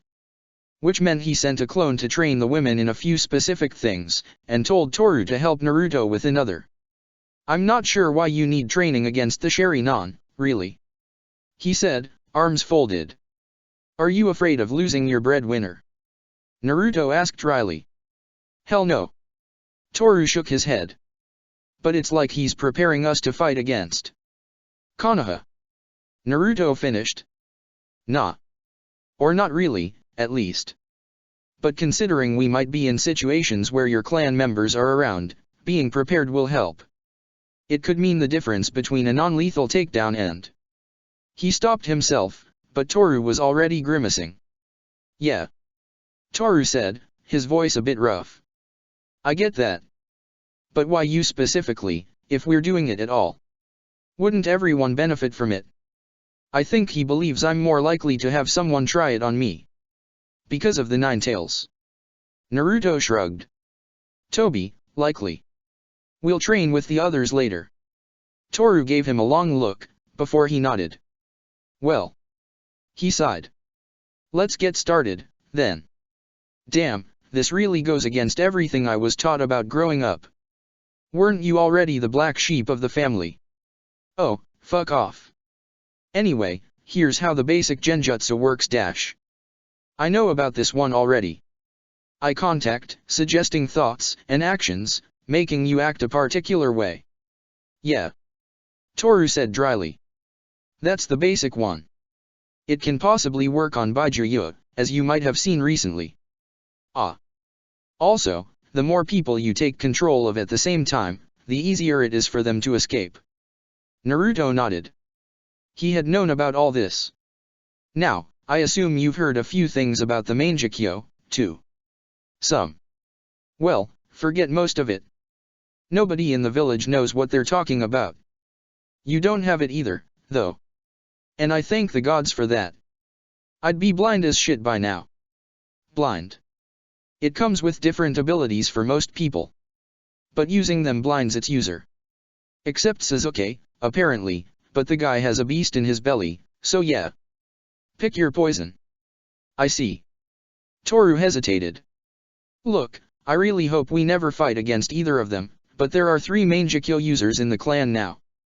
Sasuke, Itachi, and my brother. Toru said, slowly. Naruto said nothing. He could understand the position Toru was in. Orochimaru said that Tobi has it, too. Some intangibility ability. Naruto said. Kamui. The voice named the ability, and Naruto ignored it. Oh.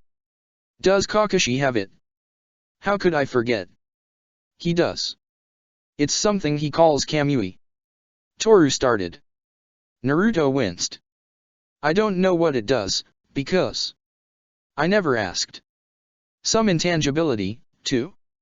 And should he really trust this voice? Probably not. Naruto stayed silent. And the others? He still asked. Toru sighed. Look. Naruto said. I get you're in a weird spot right now, so if you don't want to talk about it, don't. We'll figure it out. It's not that. Toru hesitated. It's just, were my teacher, my family. And he stared off into the distance. Then again, I'm an UMI ninja, now. I hope to be able to set foot in Konoha someday, but Toru turned resolute. Itachi has 2 abilities. Hinokagutsuki, which allows him to create black flames close to him, and Tsukuyomi, one of the most powerful genjutsu that exists. Basically, if he makes eye contact, you're dead. Otherwise, he's probably going to kill you with his flames in close range. One of the most powerful? Naruto asked. That didn't sound too good. I'm getting there. Toru continued, now on a roll. Sasuke's is pretty straightforward. Kojin, which allows him to control the flame's heat and power, and Kajin, which allows him to shape them. Basically, even if you don't make eye contact, you're dead. It has an incredible range. Oh. He summons them through his sword, amplified by wind. Naruto paused. Yeah. Toru nodded. That's dash. I kinda want to fight him. Naruto said. Man, you're fucked up. What about your brother? Toru sighed. This might be the most dangerous, in a way. With the others, you at least know something happened. Shisui has an ability called Koda Amatsukami. In both eyes. However, the ability is a bit different in each of them. It places the victim under mind control. Naruto blinked. Without knowing it even happened. Yes. So for example, could you be under its effects now? Yeah. You or I? Toru nodded. For real? Naruto asked. Yeah. But if it reassures you, Shisui didn't use it for a while. He says there's a long delay between uses. That's what he told me, at least. Do you trust him? Yes. Toru just nodded. He's been sent away, recently, too. I think he's supposed to use it on one of the enemy leaders. Probably IWA. Naruto said nothing. The very idea of it terrified him, honestly. Go on. You said there were 2 versions of it. He said. One version is actually dispellable. That is, if you notice, which is not as easy as it sounds. It implants a suggestion inside its victim, and does not require eye contact. Toru paused. The second version, the more powerful one, requires eye contact. It goes to the brain directly. This one is the unnoticeable one, and impossible to counter. Once it gets you, it gets you. Naruto let out a long sigh. Basically, if you don't make eye contact, you're probably fucked anyway. Unless somebody notices it. Hell, even you yourself, even though I doubt that it's going to happen. Now, if you make eye contact, you're worse than dead. Because you'll be doing whatever he gave you the order to do. That had given Naruto a lot to think about. Well, there weren't many ways for him to protect himself, it seemed. But he would try. He could extrapolate a few things from what Toru had said. Toru, who had seemed conflicted during the whole time, and had ended up saying he needed to be somewhere, before leaving abruptly. Probably to be alone for a while. Naruto used the time alone to prepare. Karen had taught Naruto how the chakra hiding matrix she had come up with worked, in more detail. They would take the next few days to layer it around the village, instead of the rougher version they had been using all along. Some of the principles used could likely be used to hide a person entirely, apparently, but as it was now, none of them were willing to use it anywhere close to the enemy. What good was having your chakra be invisible if you could barely use it in the meantime? Karen and he would have to work on it. Over 2 days, Naruto also finished crafting her 3 other rings, as well as the others' battle armor, and a replica of Toru's sword, in case Sasuke decided it was finally time to pull his weapon back. You could never be too ready. Not that Toru seemed to be too happy about the gift. Orochimaru stood in front of Naruto. It really pains me to admit. He started with a slight smile.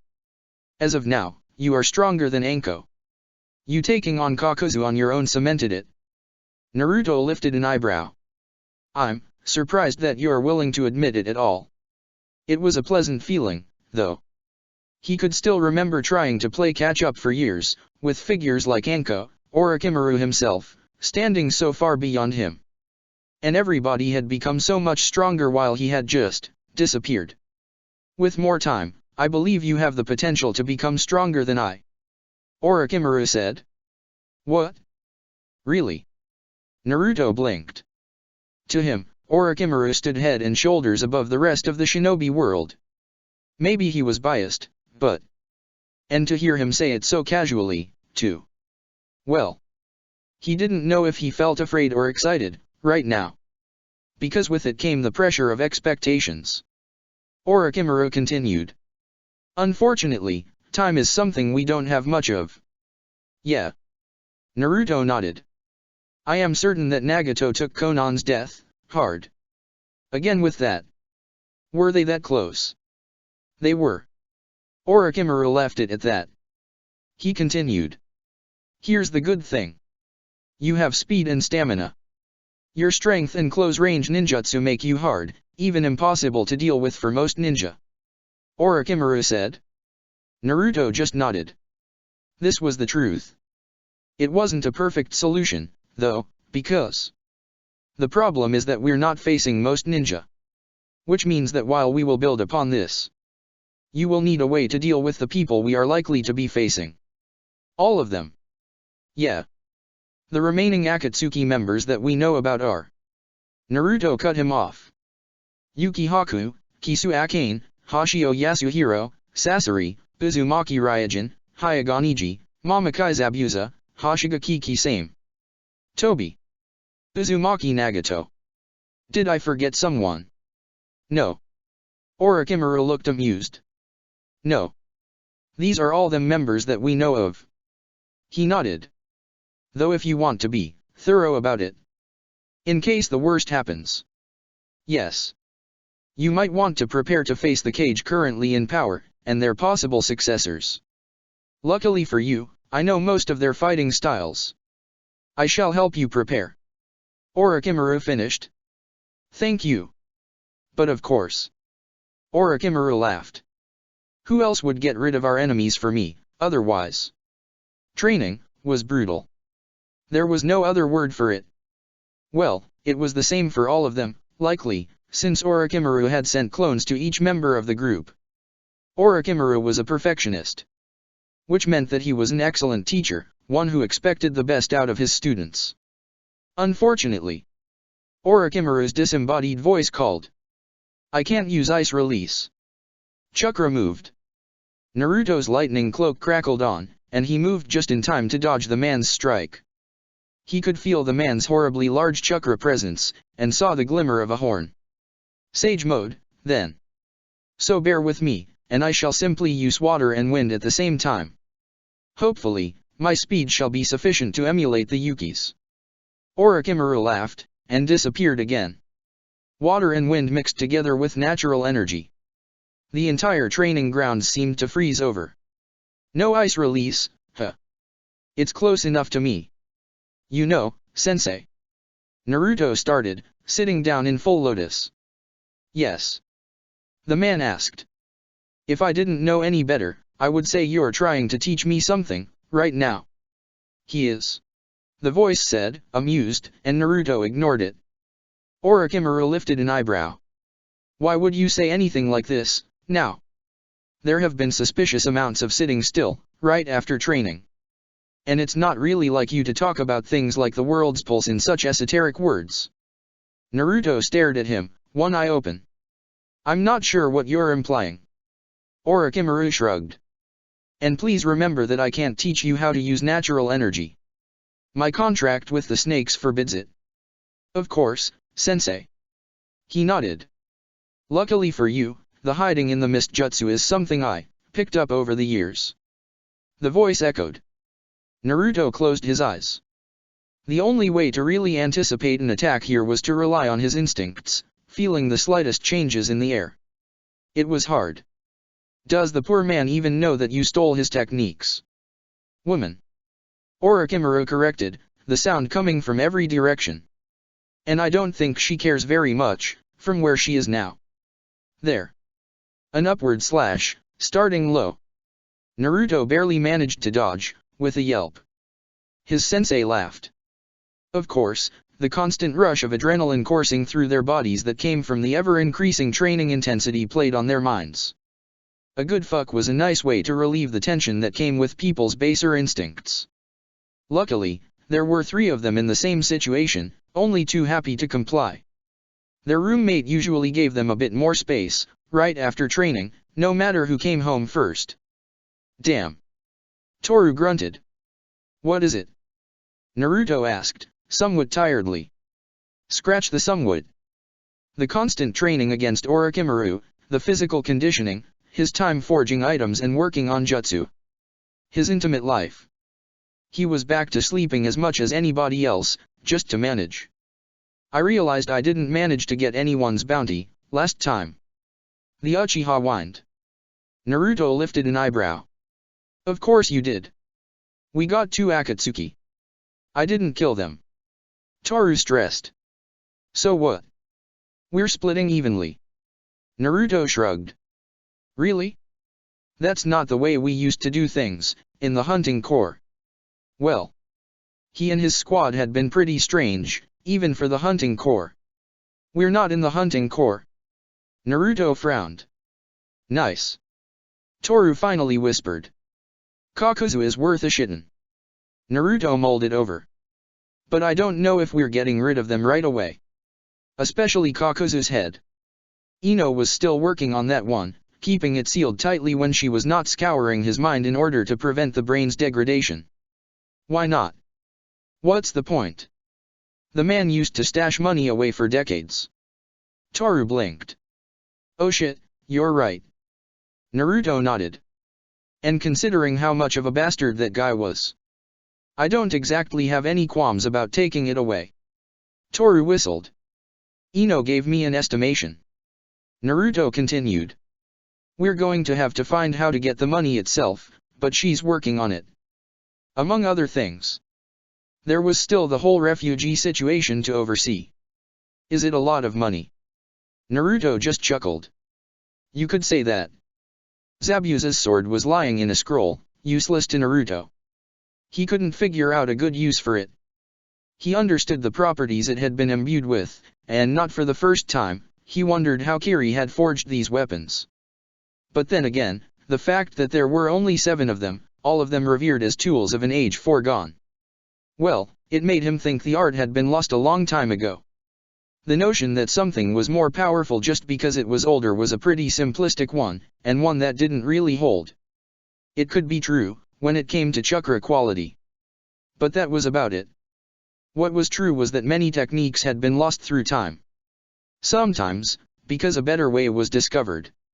Sometimes, just through sheer circumstance. Well, that still didn't give him a good reason to keep it.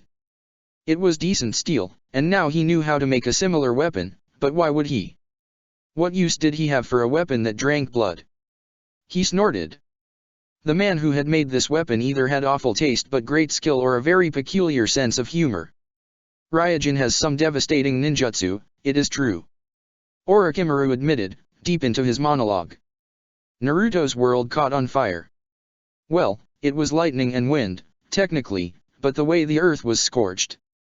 Was this how his own opponents felt? And he has the chakra reserves to throw such things around. Naruto's lightning cloak shielded him from the worst of it. His eardrums still blew out, his arms looked like they had been roasted. I would say he's the most dangerous one after the Uchiha and Nagato. Orochimaru paused, still in sage mode. He or Sasori? Naruto panted, standing up with some trouble. His wounds were already healing. And it was no wonder, as he was expanding massive amounts of chakra to do so. Maybe I should take care of him myself. We fought in the war, but that was long ago. I would love to see how far along he has come, as a fellow ninjutsu specialist. No. Naruto shook his head. You can leave him to Sakura, Toru, and I. Oh. Orochimaru smiled. Something personal? You could say that. Naruto said with a dark grin. Very well, then. A wall of water slammed into Naruto. But you'd better learn how to fight this, then. That was worse than Kakuzu. 3 elements, instead of 5, sure, but the intensity of them more than made up for it. Idly, he wondered if the Uzumaki himself even was this powerful. Because compared to Nagato, wind rose in a hurricane. Even Ryujin's prized ninjutsu seems like a child's attempt at playing ninja. Naruto barely escaped it, coiling his chakra upon himself and leaping through. He had not even known he could run this fast. The whole training ground was ruined. Huh. Orochimaru mused. I should really have Karen get started on building actual training grounds. The old man had been right. Having an outlet was needed for a shinobi. Naruto hadn't even realized the amount of stress he had been dealing with recently. Besides the time he spent with his friends, all of them in half-dazed exhaustion, just as he was playing the koto was his only solace. He played the songs he remembered from his childhood. When he had them committed to his memory entirely, he got started with those that he could not remember fully. Toru sometimes stared, and Naruto knew he was likely learning to play these songs on the koto just by doing so. How convenient. Naruto started making up songs, some with lyrics. Hanabi was a good singer, which she said was a Hyuga thing, too, shrugging, and some were more abstract. Closer to an emotion than anything else. Konoha on a winter night. Lessons with an old monkey. Thunder on the horizon. He often played in the evenings, when his friends and he gathered in their home. If any of them minded. Well, they didn't say so. Naruto also set out to master what seemed to be untamable. The mysterious purple lightning, that he had tentatively dubbed Storm. Wind and lightning, transformed. Kakashi's hand went through the man's heart. Like he had done for what felt like 1,000 times already, to shinobi and kunoichi from all over the world. Even now, he hated this squelching sound. But to him, that was his way of asking for penance, as well.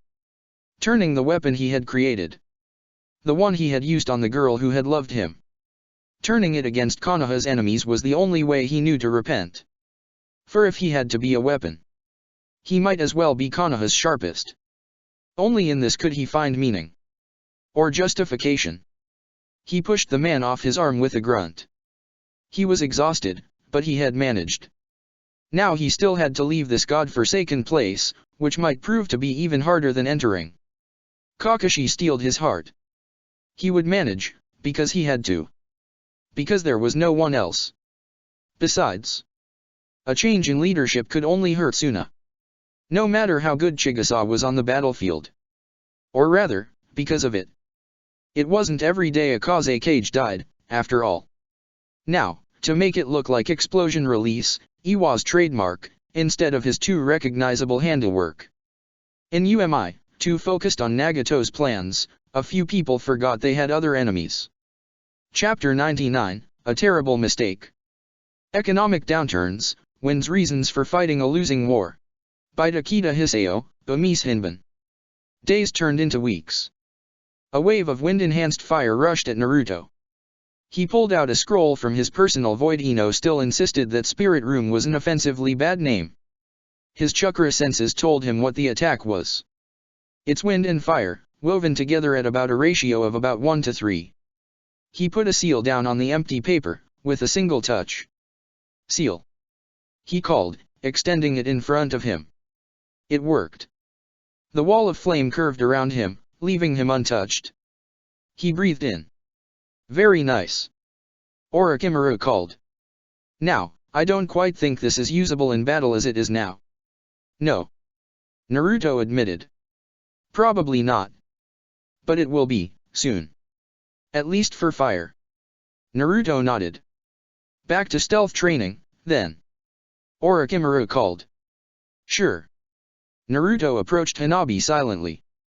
He could pretend to be doing it for training reasons, hiding his chakra and all that, but to be fair, he was mostly doing it for fun. He raised an eyebrow. The Hyuga was engrossed in a book.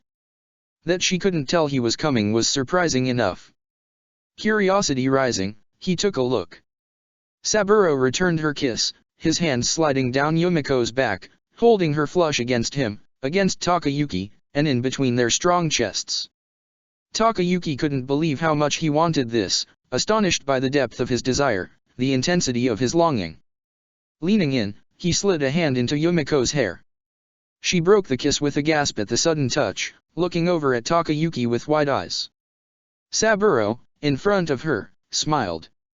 Like he'd done in her bedroom, Takayuki carefully closed his hand into a fist, pulling just enough so she would know he was here. With her held in place between the two of them, he asked, "Do you want more?" Naruto carefully stepped away. You know. Ino started, her head on his chest. Considering Naruto and she slept together with Karen, and were not quite at the point where Ino felt comfortable having sex with someone else in the room, even though it was Karen they usually found some privacy during the day.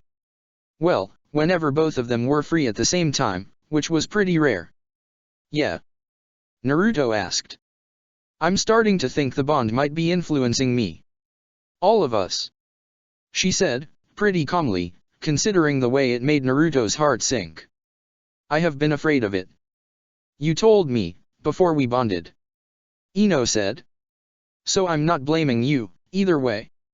I didn't know what I got myself into, sure, but I still decided to do it. She smiled at him. Thanks. Naruto said, his voice rough. Besides, I feel fine. She shrugged, trying to sound casual. But that's not it. The effect of it is stronger since we started making love, too. How strong? He asked tersely. She gave him a small smile. I can't say how much, exactly. But it seems that some of your emotions, some of your desires are blending with our own. Fuck. Naruto cursed. He thought about it quickly. We'll find a way to break it dash. Ino shook her head. Nah. No? Why? I don't want to. Ino shrugged. But dash. I like what we have, honestly. With Karen, too. Me too, but I dash. Ino cut him off. Also, it's just too useful to be discarded. Ino shrugged. And I think it goes both ways, to some degree. Our hopes, dreams also influence you. So we've been. Yeah. Changing each other slightly. Ino gave him a wry smile. So be careful who you people in the loop, huh? Huh. He winced. Yujito was an accident. Ino just nodded, somewhat amused. Besides. Ino began, a bit more somberly. It feels like a permanent thing. I don't think we can break it in the first place. Or what would happen then? Naruto stayed silent. Ino, I'm dash. Don't apologize. Ino shrugged. I've made my peace with it. Do you think it's the reason I'm? Naruto searched for words. More in tune with your emotions. She laughed. Maybe, yeah. She then hesitated. Is it the only reason you? No. He cut her off. I loved you before. Good. She said, relieved. Good. What about you? The same goes for me. Then Ino paused. Well, I can't tell for sure how I would have felt about the whole, multiple lovers thing, especially at first. She laughed. Wait, do you mean? He asked, a bit horrified. Hold your horses.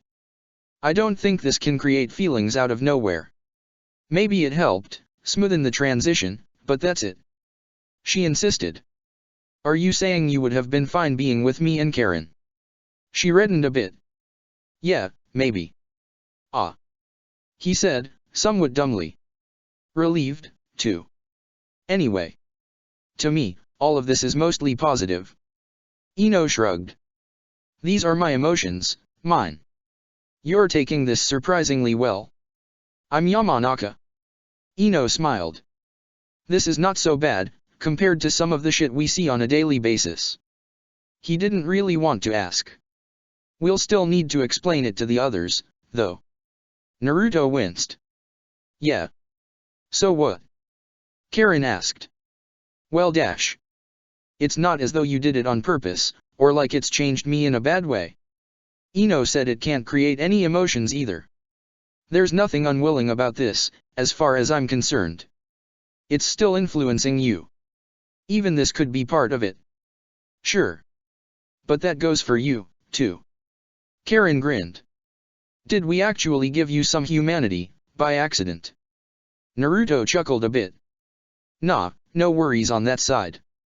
I don't mind if our souls get a bit entwined. Karen shrugged. It's like, evening things out. Taking the best out of everyone, downplaying the bad parts. Besides, I think the effect is pretty negligible, aside from lovers. Naruto gave her an inquisitive look. Sakura had it for years, and she had some radically different ideas about morality, compared to yours. Well. Back then, at least. And Toru. Karen pointed at him. The Uchiha was listening carefully, not saying much, for once. What about Toru? Toru asked. You don't seem to be falling in love with Naruto or anything like that, are you? Karen asked with a grin. Nope. Should I be? What do you feel when you look at him? Vague irritation and a clear desire to beat him up. Toru nodded. Naruto sighed. See? Karen asked. No big deal, here. Now that you mention it. Toru started. I feel a wave of something. What do you mean? Naruto asked, somewhat worried. Ah. Toru moaned. What is this overwhelming lust taking over me?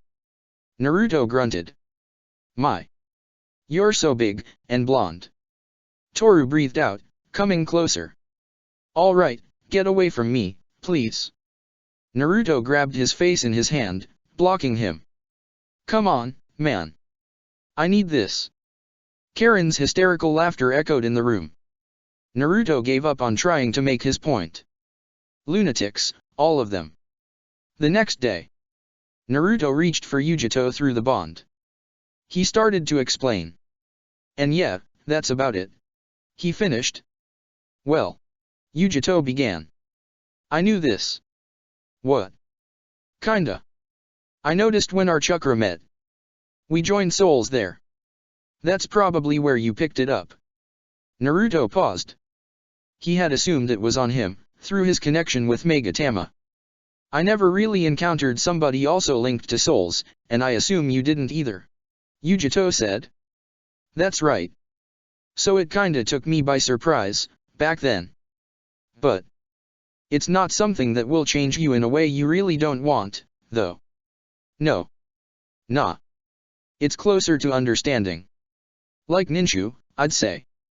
What's that? Connecting people's souls, allowing people to understand each other without communication. I've never heard of this. I'm not surprised. She laughed. It existed 1,000 of years ago, according to Madatabi. It is what became ninjutsu. How? It was weaponized by your ancestor. Indra. Of course it was. He said with distaste. Half the world's shit seemed to be linked to the man, in a way. And the other? Maybe his brother, then. That's not on you, though. Guess not. It was pretty strange, feeling responsible for the actions of a man who had lived 1,000 years before himself. So, this bond thing. I might be biased, what with Madatabi's opinion and all. But as far as I see it, it's a good thing. Of course, it could be dangerous if put in the wrong hands, but I don't think you're quite there. But isn't it brainwashing, in a way? Yujito laughed. Why would you call true understanding brainwashing? The thing goes both ways. He relayed the information to the others and actually managed to sleep again that night. You've made some progress with your ability, you said. Let's see it. Orochimaru said. Naruto closed his eyes. The storm seemed to answer him more readily when he gave in to his emotions. Which was something he was not really used to. He thought of finding Ino in Konoha's underground. He thought of Taki burning, of the same thing happening to Umi. He thought of his fear of failing. Letting all of his loved ones down. Of failing, and getting them all killed. Of his need to become stronger. Of feeling helpless. He needed it. The power was so close, surging into his veins, making his body burn. His heart roared into his chest, his muscles shook, and his chakra seemed to turn to pure power. He let out a primal scream, as both Ryu and Tengu ignited. His emotions were going haywire, the whispers of anger and wrath and fear and destruction filled his mind. The storm. He was. Purple chakra flickered around him, and he tried to control it. It flickered away and he was left gasping for breath. Not quite there, yet. Orochimaru mused.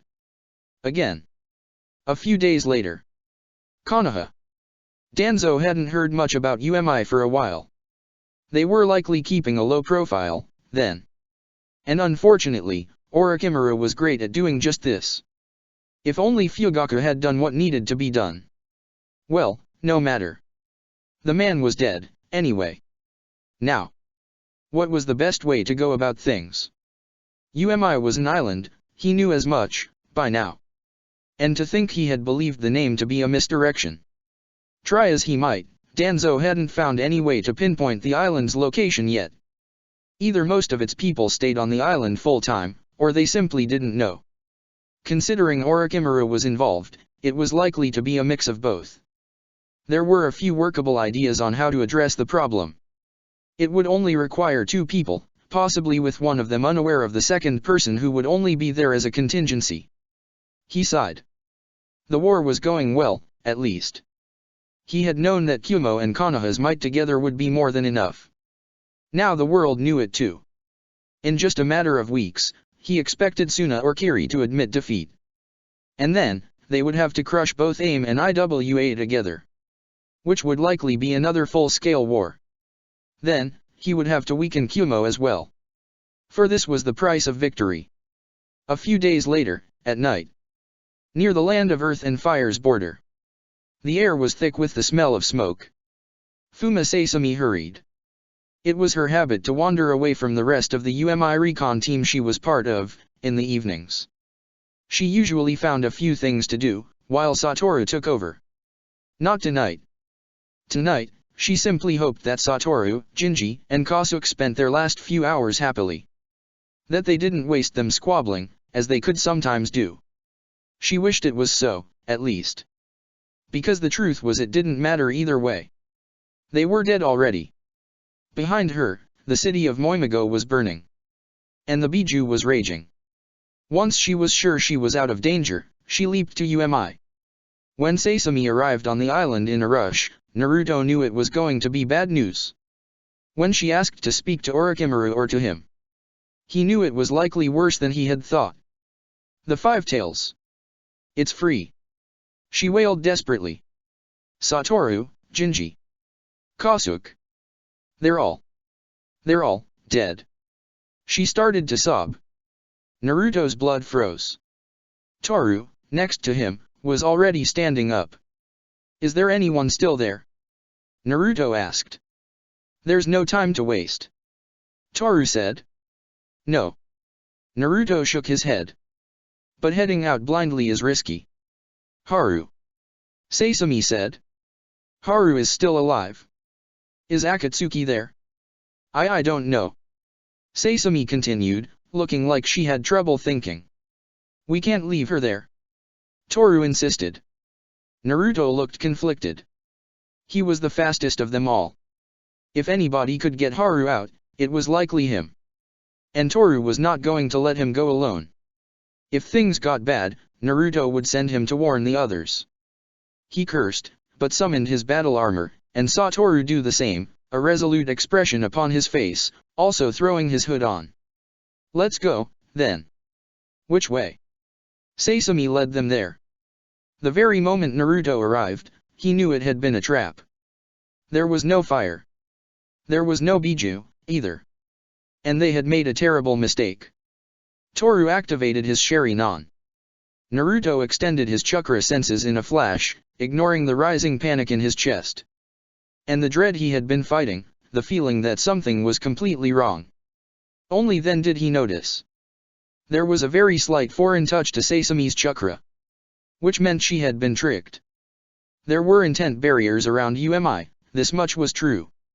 But they didn't work if the person didn't believe they were going to do something to harm UMI.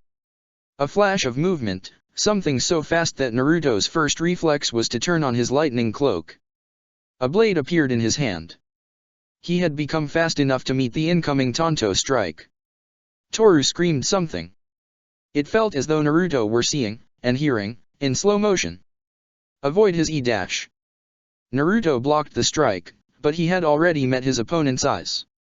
It turned out to be the last component of the trap. Naruto saw red eyes, and a pattern he recognized. Toru had shown them all to him, around a month ago, after all. If time seemed as though it had slowed down before. Now, it stopped flowing entirely. Whether it was from the amount of lightning chakra crackling through him, bolstering all of him. Or the sheer dread, the sense of danger, making his brain form short-term memories at a drastically increased rate. No matter what, he was acutely aware of his surroundings. And who the person he was facing was. Why Toru's shout had seemed so desperate. Toru, who could sometimes be a bit over-emotional. He couldn't blame him, here. Naruto would be feeling emotional too, if he were in his shoes right now. He felt the chakra he had already built up in his left main Jikyo Sharingan.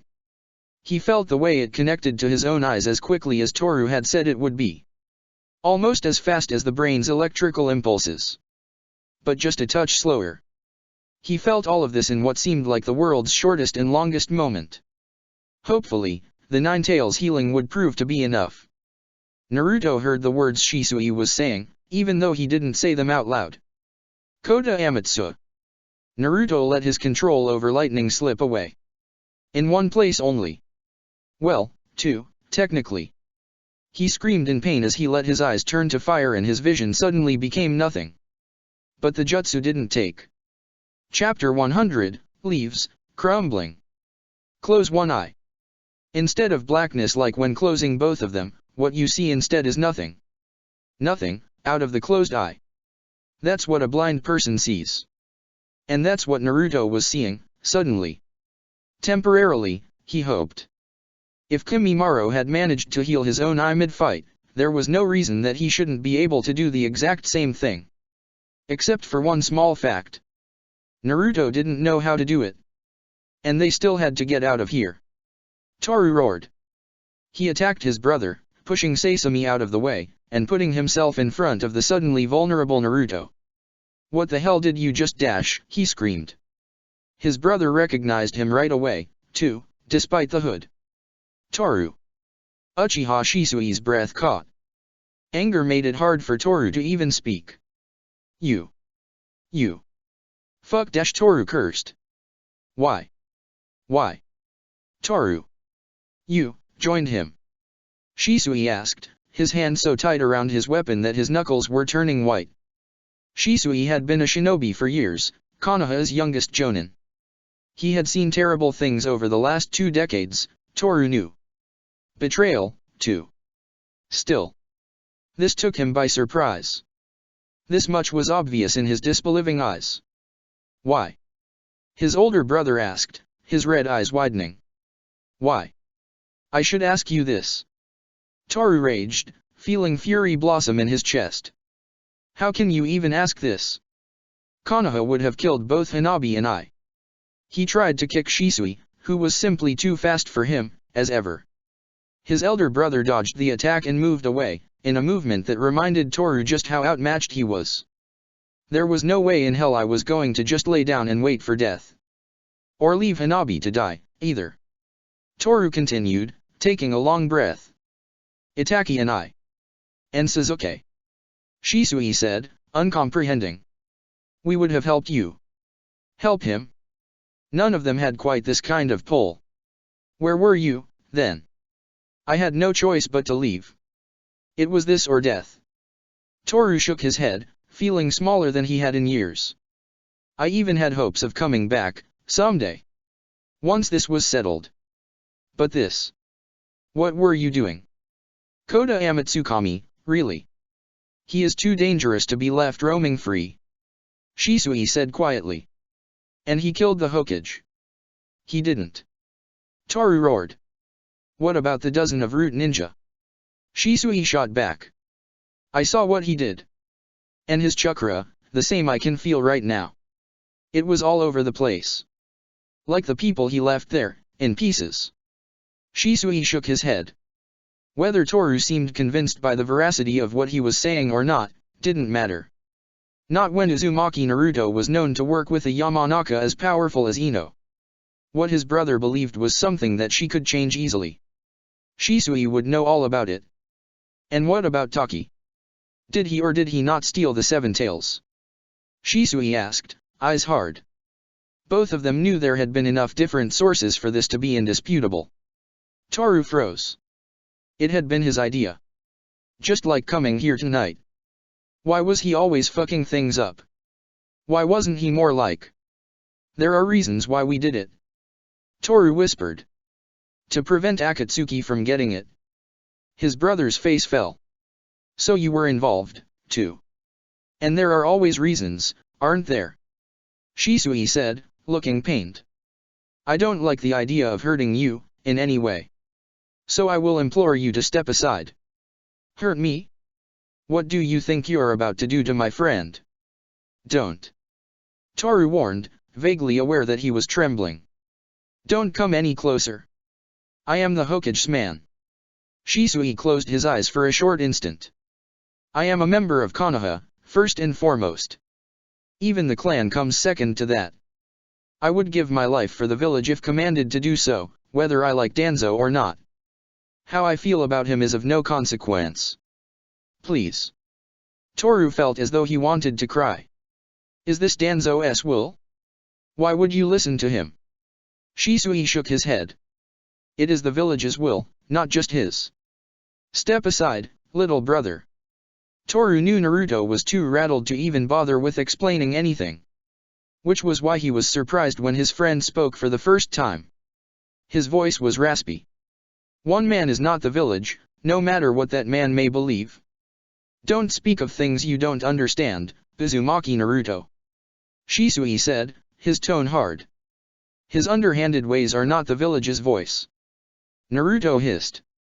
Shisui's eyes were unreadable, even to Toru. How he hated when his brother became like this. Sharp, cold and far away. Something closer to how Taka could often be. An island. No. You're right on that. But. Shisui shook his head. Everybody on the council approved his idea of converting you. Everybody. Naruto asked, breathless. His anger had guttered out, and his blood ran cold. Everybody. Shisui confirmed. Naruto knew what this meant. And the worst part was that he believed him. For one. Sarutobi Biwako might have been the clan head, but she never voted on any big issue without consulting Hiruzen. And right now, the matter of Uzumaki Naruto's fate was a big issue. They knew exactly who he was, too. Whether it was because they usually made big decisions together, or because she trusted Hiruzen's judgment in these matters, Naruto didn't know. They had never let him in close enough to say. Naruto could only focus on one thing. Both of them had been willing to brainwash him. Despite all of Sarutobi's pretty words, his true colors really came through. Anything for Konoha. How could the Sarutobi even believe they were even responsible for the fifth? He had known Ino, too. Biwako as well. The only other person on the council whose opinion of him still mattered to him, if only a little bit, was Hatake Kakashi. Kakashi, who likely didn't know who he was in the first place, but still. Him, too. It hurt. Naruto felt dizzy, lightheaded. His hopes of one day meeting them again, once this whole mess, this whole war, this whole Akatsuki problem had been sorted out. They were crushed. The disappointment that had stopped hurting a while ago now was on the forefront of his mind. How could he trust a village full of people like these taking decisions? On one man's word, likely, on top of it? How could a village that prided itself on virtue choose a man like Danzo to lead it? Naruto shook his head. One thing was clear. Konoha would never let him live on his own terms. Nine Tails or not, this wouldn't change. Namikaze's son or not. He was something to be used, to be controlled, or to be disposed of. To him, this was the final proof. There was none of his usual composure to be seen. And while there was ice in his veins, there was fire too. This is a lie. Toru shook his head, unwilling to believe it. Itachi would see through it. He always did. And so did Shisui, for that matter. Have I ever lied to you? Shisui asked. Move aside, Toru. Please. The now familiar rage was bubbling in Toru again. Haru. Where is she? Did you kill Jinji, Satoru, and Kosuke for this? No. Shisui shook his head. I came here alone. And the UMI ninja are alive, all of them. I wanted to avoid unnecessary bloodshed. I hypnotized your friend with my Sharingan. I told her to bring Uzumaki to me. Shisui continued, with a wry smile. You can imagine my surprise when she disappeared, only to come back with both of you a few hundred meters away. And I still don't know how your teleportation jutsu works. He admitted. There was a mark close by. Which meant that Shisui hadn't seen it. Toru didn't realize it, but Naruto knew part of what Shisui was saying was likely a lie. Or maybe Toru's brother simply didn't even know it, but he wasn't as alone as he thought he was. There was someone far away in the mountains. But then again, this was too far for him to attack. Bloodshed? What do you think is going to happen when Danzo makes me his weapon? Naruto gritted out. If it ends this war, then so be it. The bloodshed will be on us. Shisui said with finality. Konoha started this war. Naruto roared. You started this war when you killed Fugaku-sama. Shisui countered, trying to keep his own anger down. Naruto's rage was reaching a breaking point, apparently. We didn't. We don't know who did it either. He shot back. His fury was making it hard to talk. Why did his canines look as though they were a bit bigger than usual, Toru wondered. Toru could hear his friend's thoughts through the link. Naruto's blood thundered. It felt like the storm, but it didn't, at the same time. A link. They had a link with the others. Couldn't they? Toru lost the thought. As you say, then. Shisui pushed Toru out of the way, not believing a single word of what Naruto had just said. It didn't matter anyway, there was a mission to be completed. When Toru tried to retaliate with a swift kick, Shisui easily countered his strike, tripping him. You're too emotional, little brother. You can't fight, right now. Please stay out of it. Leave him. He still tried. But Toru did not manage to stop Shisui. The gap between them had always been too wide, and half of it was because of the way Toru himself perceived it. He compared it to climbing. If Toru was on his way to the summit, he saw Shisui as already on top of the mountain. If not the mountain itself. And tonight, Toru felt as though he were somewhere on the bottom. Nothing had changed. What the hell was he thinking? Shisui was coming for Naruto. There was no way Toru could stand still. With a grunt and a fireball, he managed to make Shisui focus on him again. The ghost of a smile touched his older brother's lips, and he turned to face him. Shisui barely dodged Naruto's charge. Blue and purple chakra was swirling around him, crackling. He had no eyes to see, but he still had aimed perfectly. His chakra sensing ability, likely. Shisui pursed his lips. Contrary to what Shisui believed, he had not come here alone. And Kazuhiro thought, with some trepidation, that the Uzumaki might have noticed him.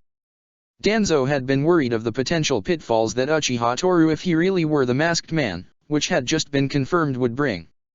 Uchiha Shisui's power was dangerous, which meant they had to make sure he was pointed at their enemies. Far away, too far for the Uzumaki to consider him a threat, Yamanaka Kazuhiro waited. Kazuhiro had not been picked for root for his skill with the more typical Yamanaka arts. Unlike his cousin Fu, who was the more high-profile one between the two of them.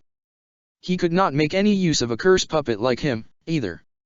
He was not as good as Ino had been as a generalist, either. He was not as well liked as Toshio, or not as good at reading corpses' brains as Kaed. What he was good at were two things. One was hiding his presence almost entirely. And the second thing was his skill with dream prying. Or rather, nightmare weaving.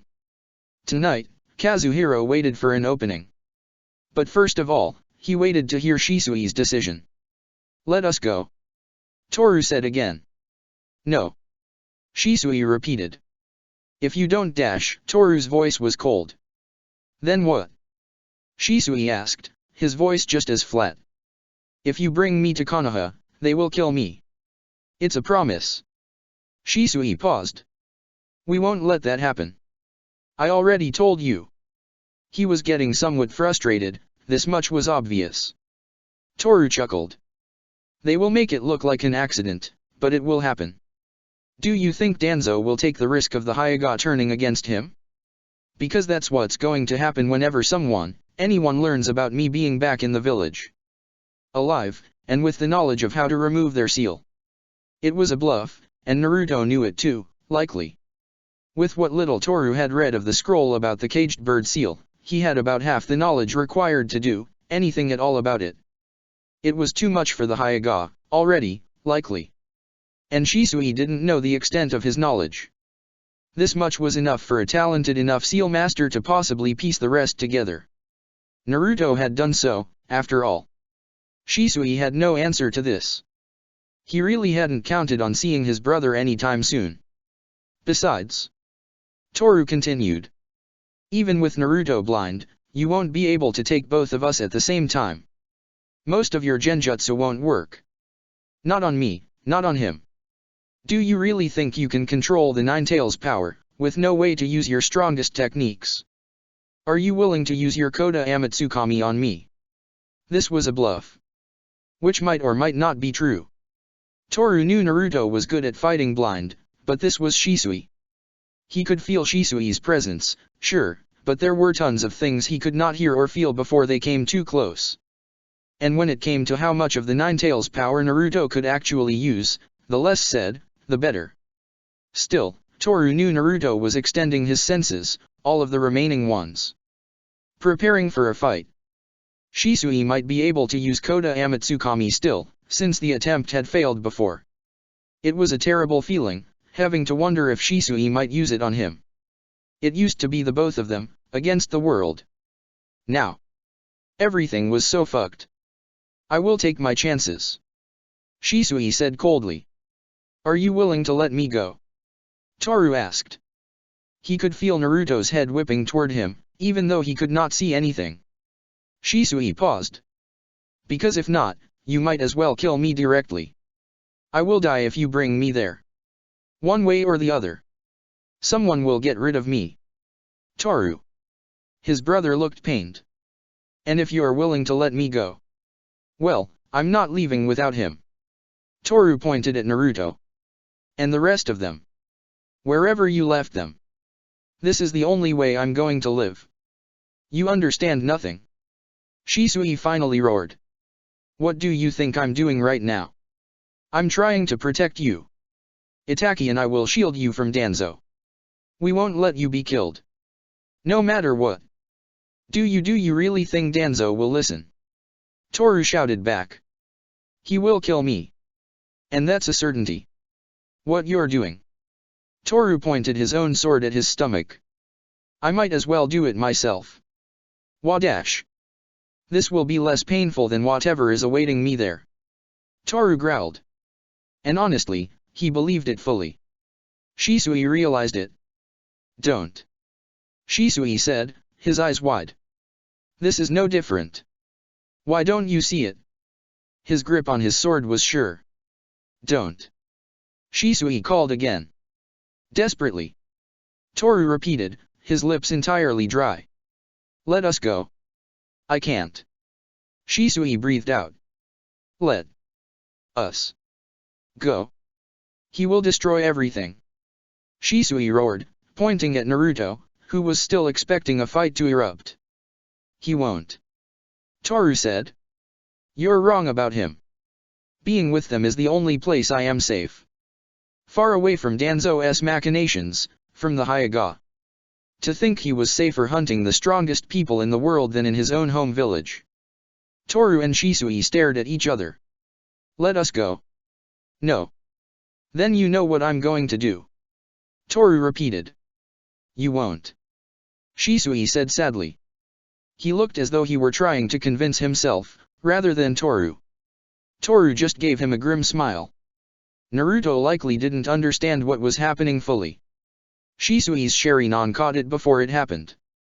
He blurred forward, and Naruto blurred away, just as fast, thinking he had decided to attack him. But Shisui had not been aiming at Naruto. Instead, he stopped Toru's blade from splitting his abdomen open. Toru. I told you I would. He whispered. Why? For him. Shisui repeated, uncomprehending. A touch of hysterical laughter bubbled in his voice. This madman. Toru shook his head, grimly amused. For all of them. UMI is my home now. I'm sorry. Shisui gave him a long, searching look. Then he clenched his fists. And sheathed his sword away, with the most conflicted expression Toru had ever seen upon his face. Next time. Shisui finally spat, looking at Naruto. This was a foolish decision, and Shisui knew it. But Toru was his only family. He could not bring himself to. No. This was Shisui's only choice here. Toru didn't dare hope. Next time, I won't stop before you're bound to Konoha. Shackles or not. Shisui growled. Whether you have eyes or not. This was not a threat. This was just the way it was going to be. Shisui disappeared in a blur.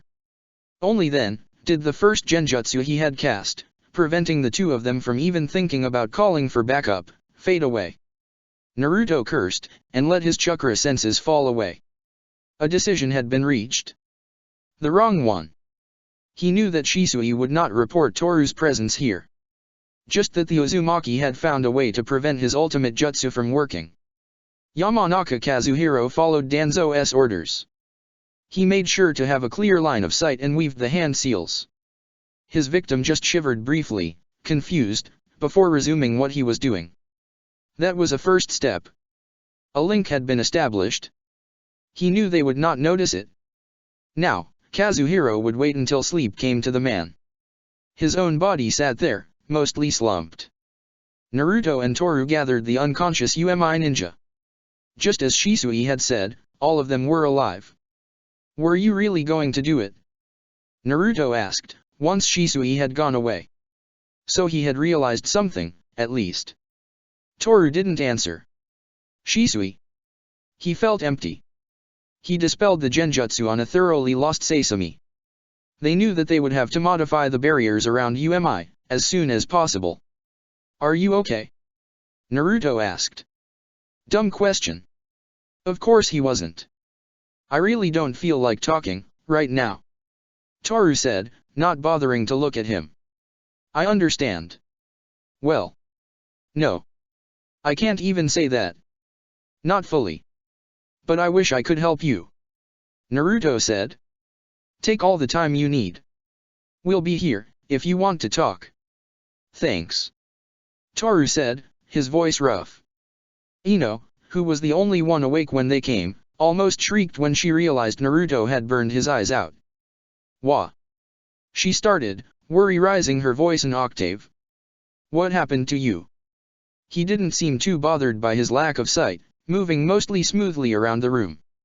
Aside from hitting a few items and walls. We got trapped, Toru and I. Naruto simply said. It was a stupid mistake.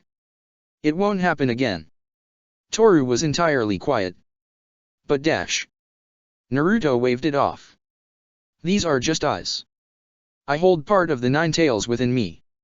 I'll remove what's left of them, in case they will regrow.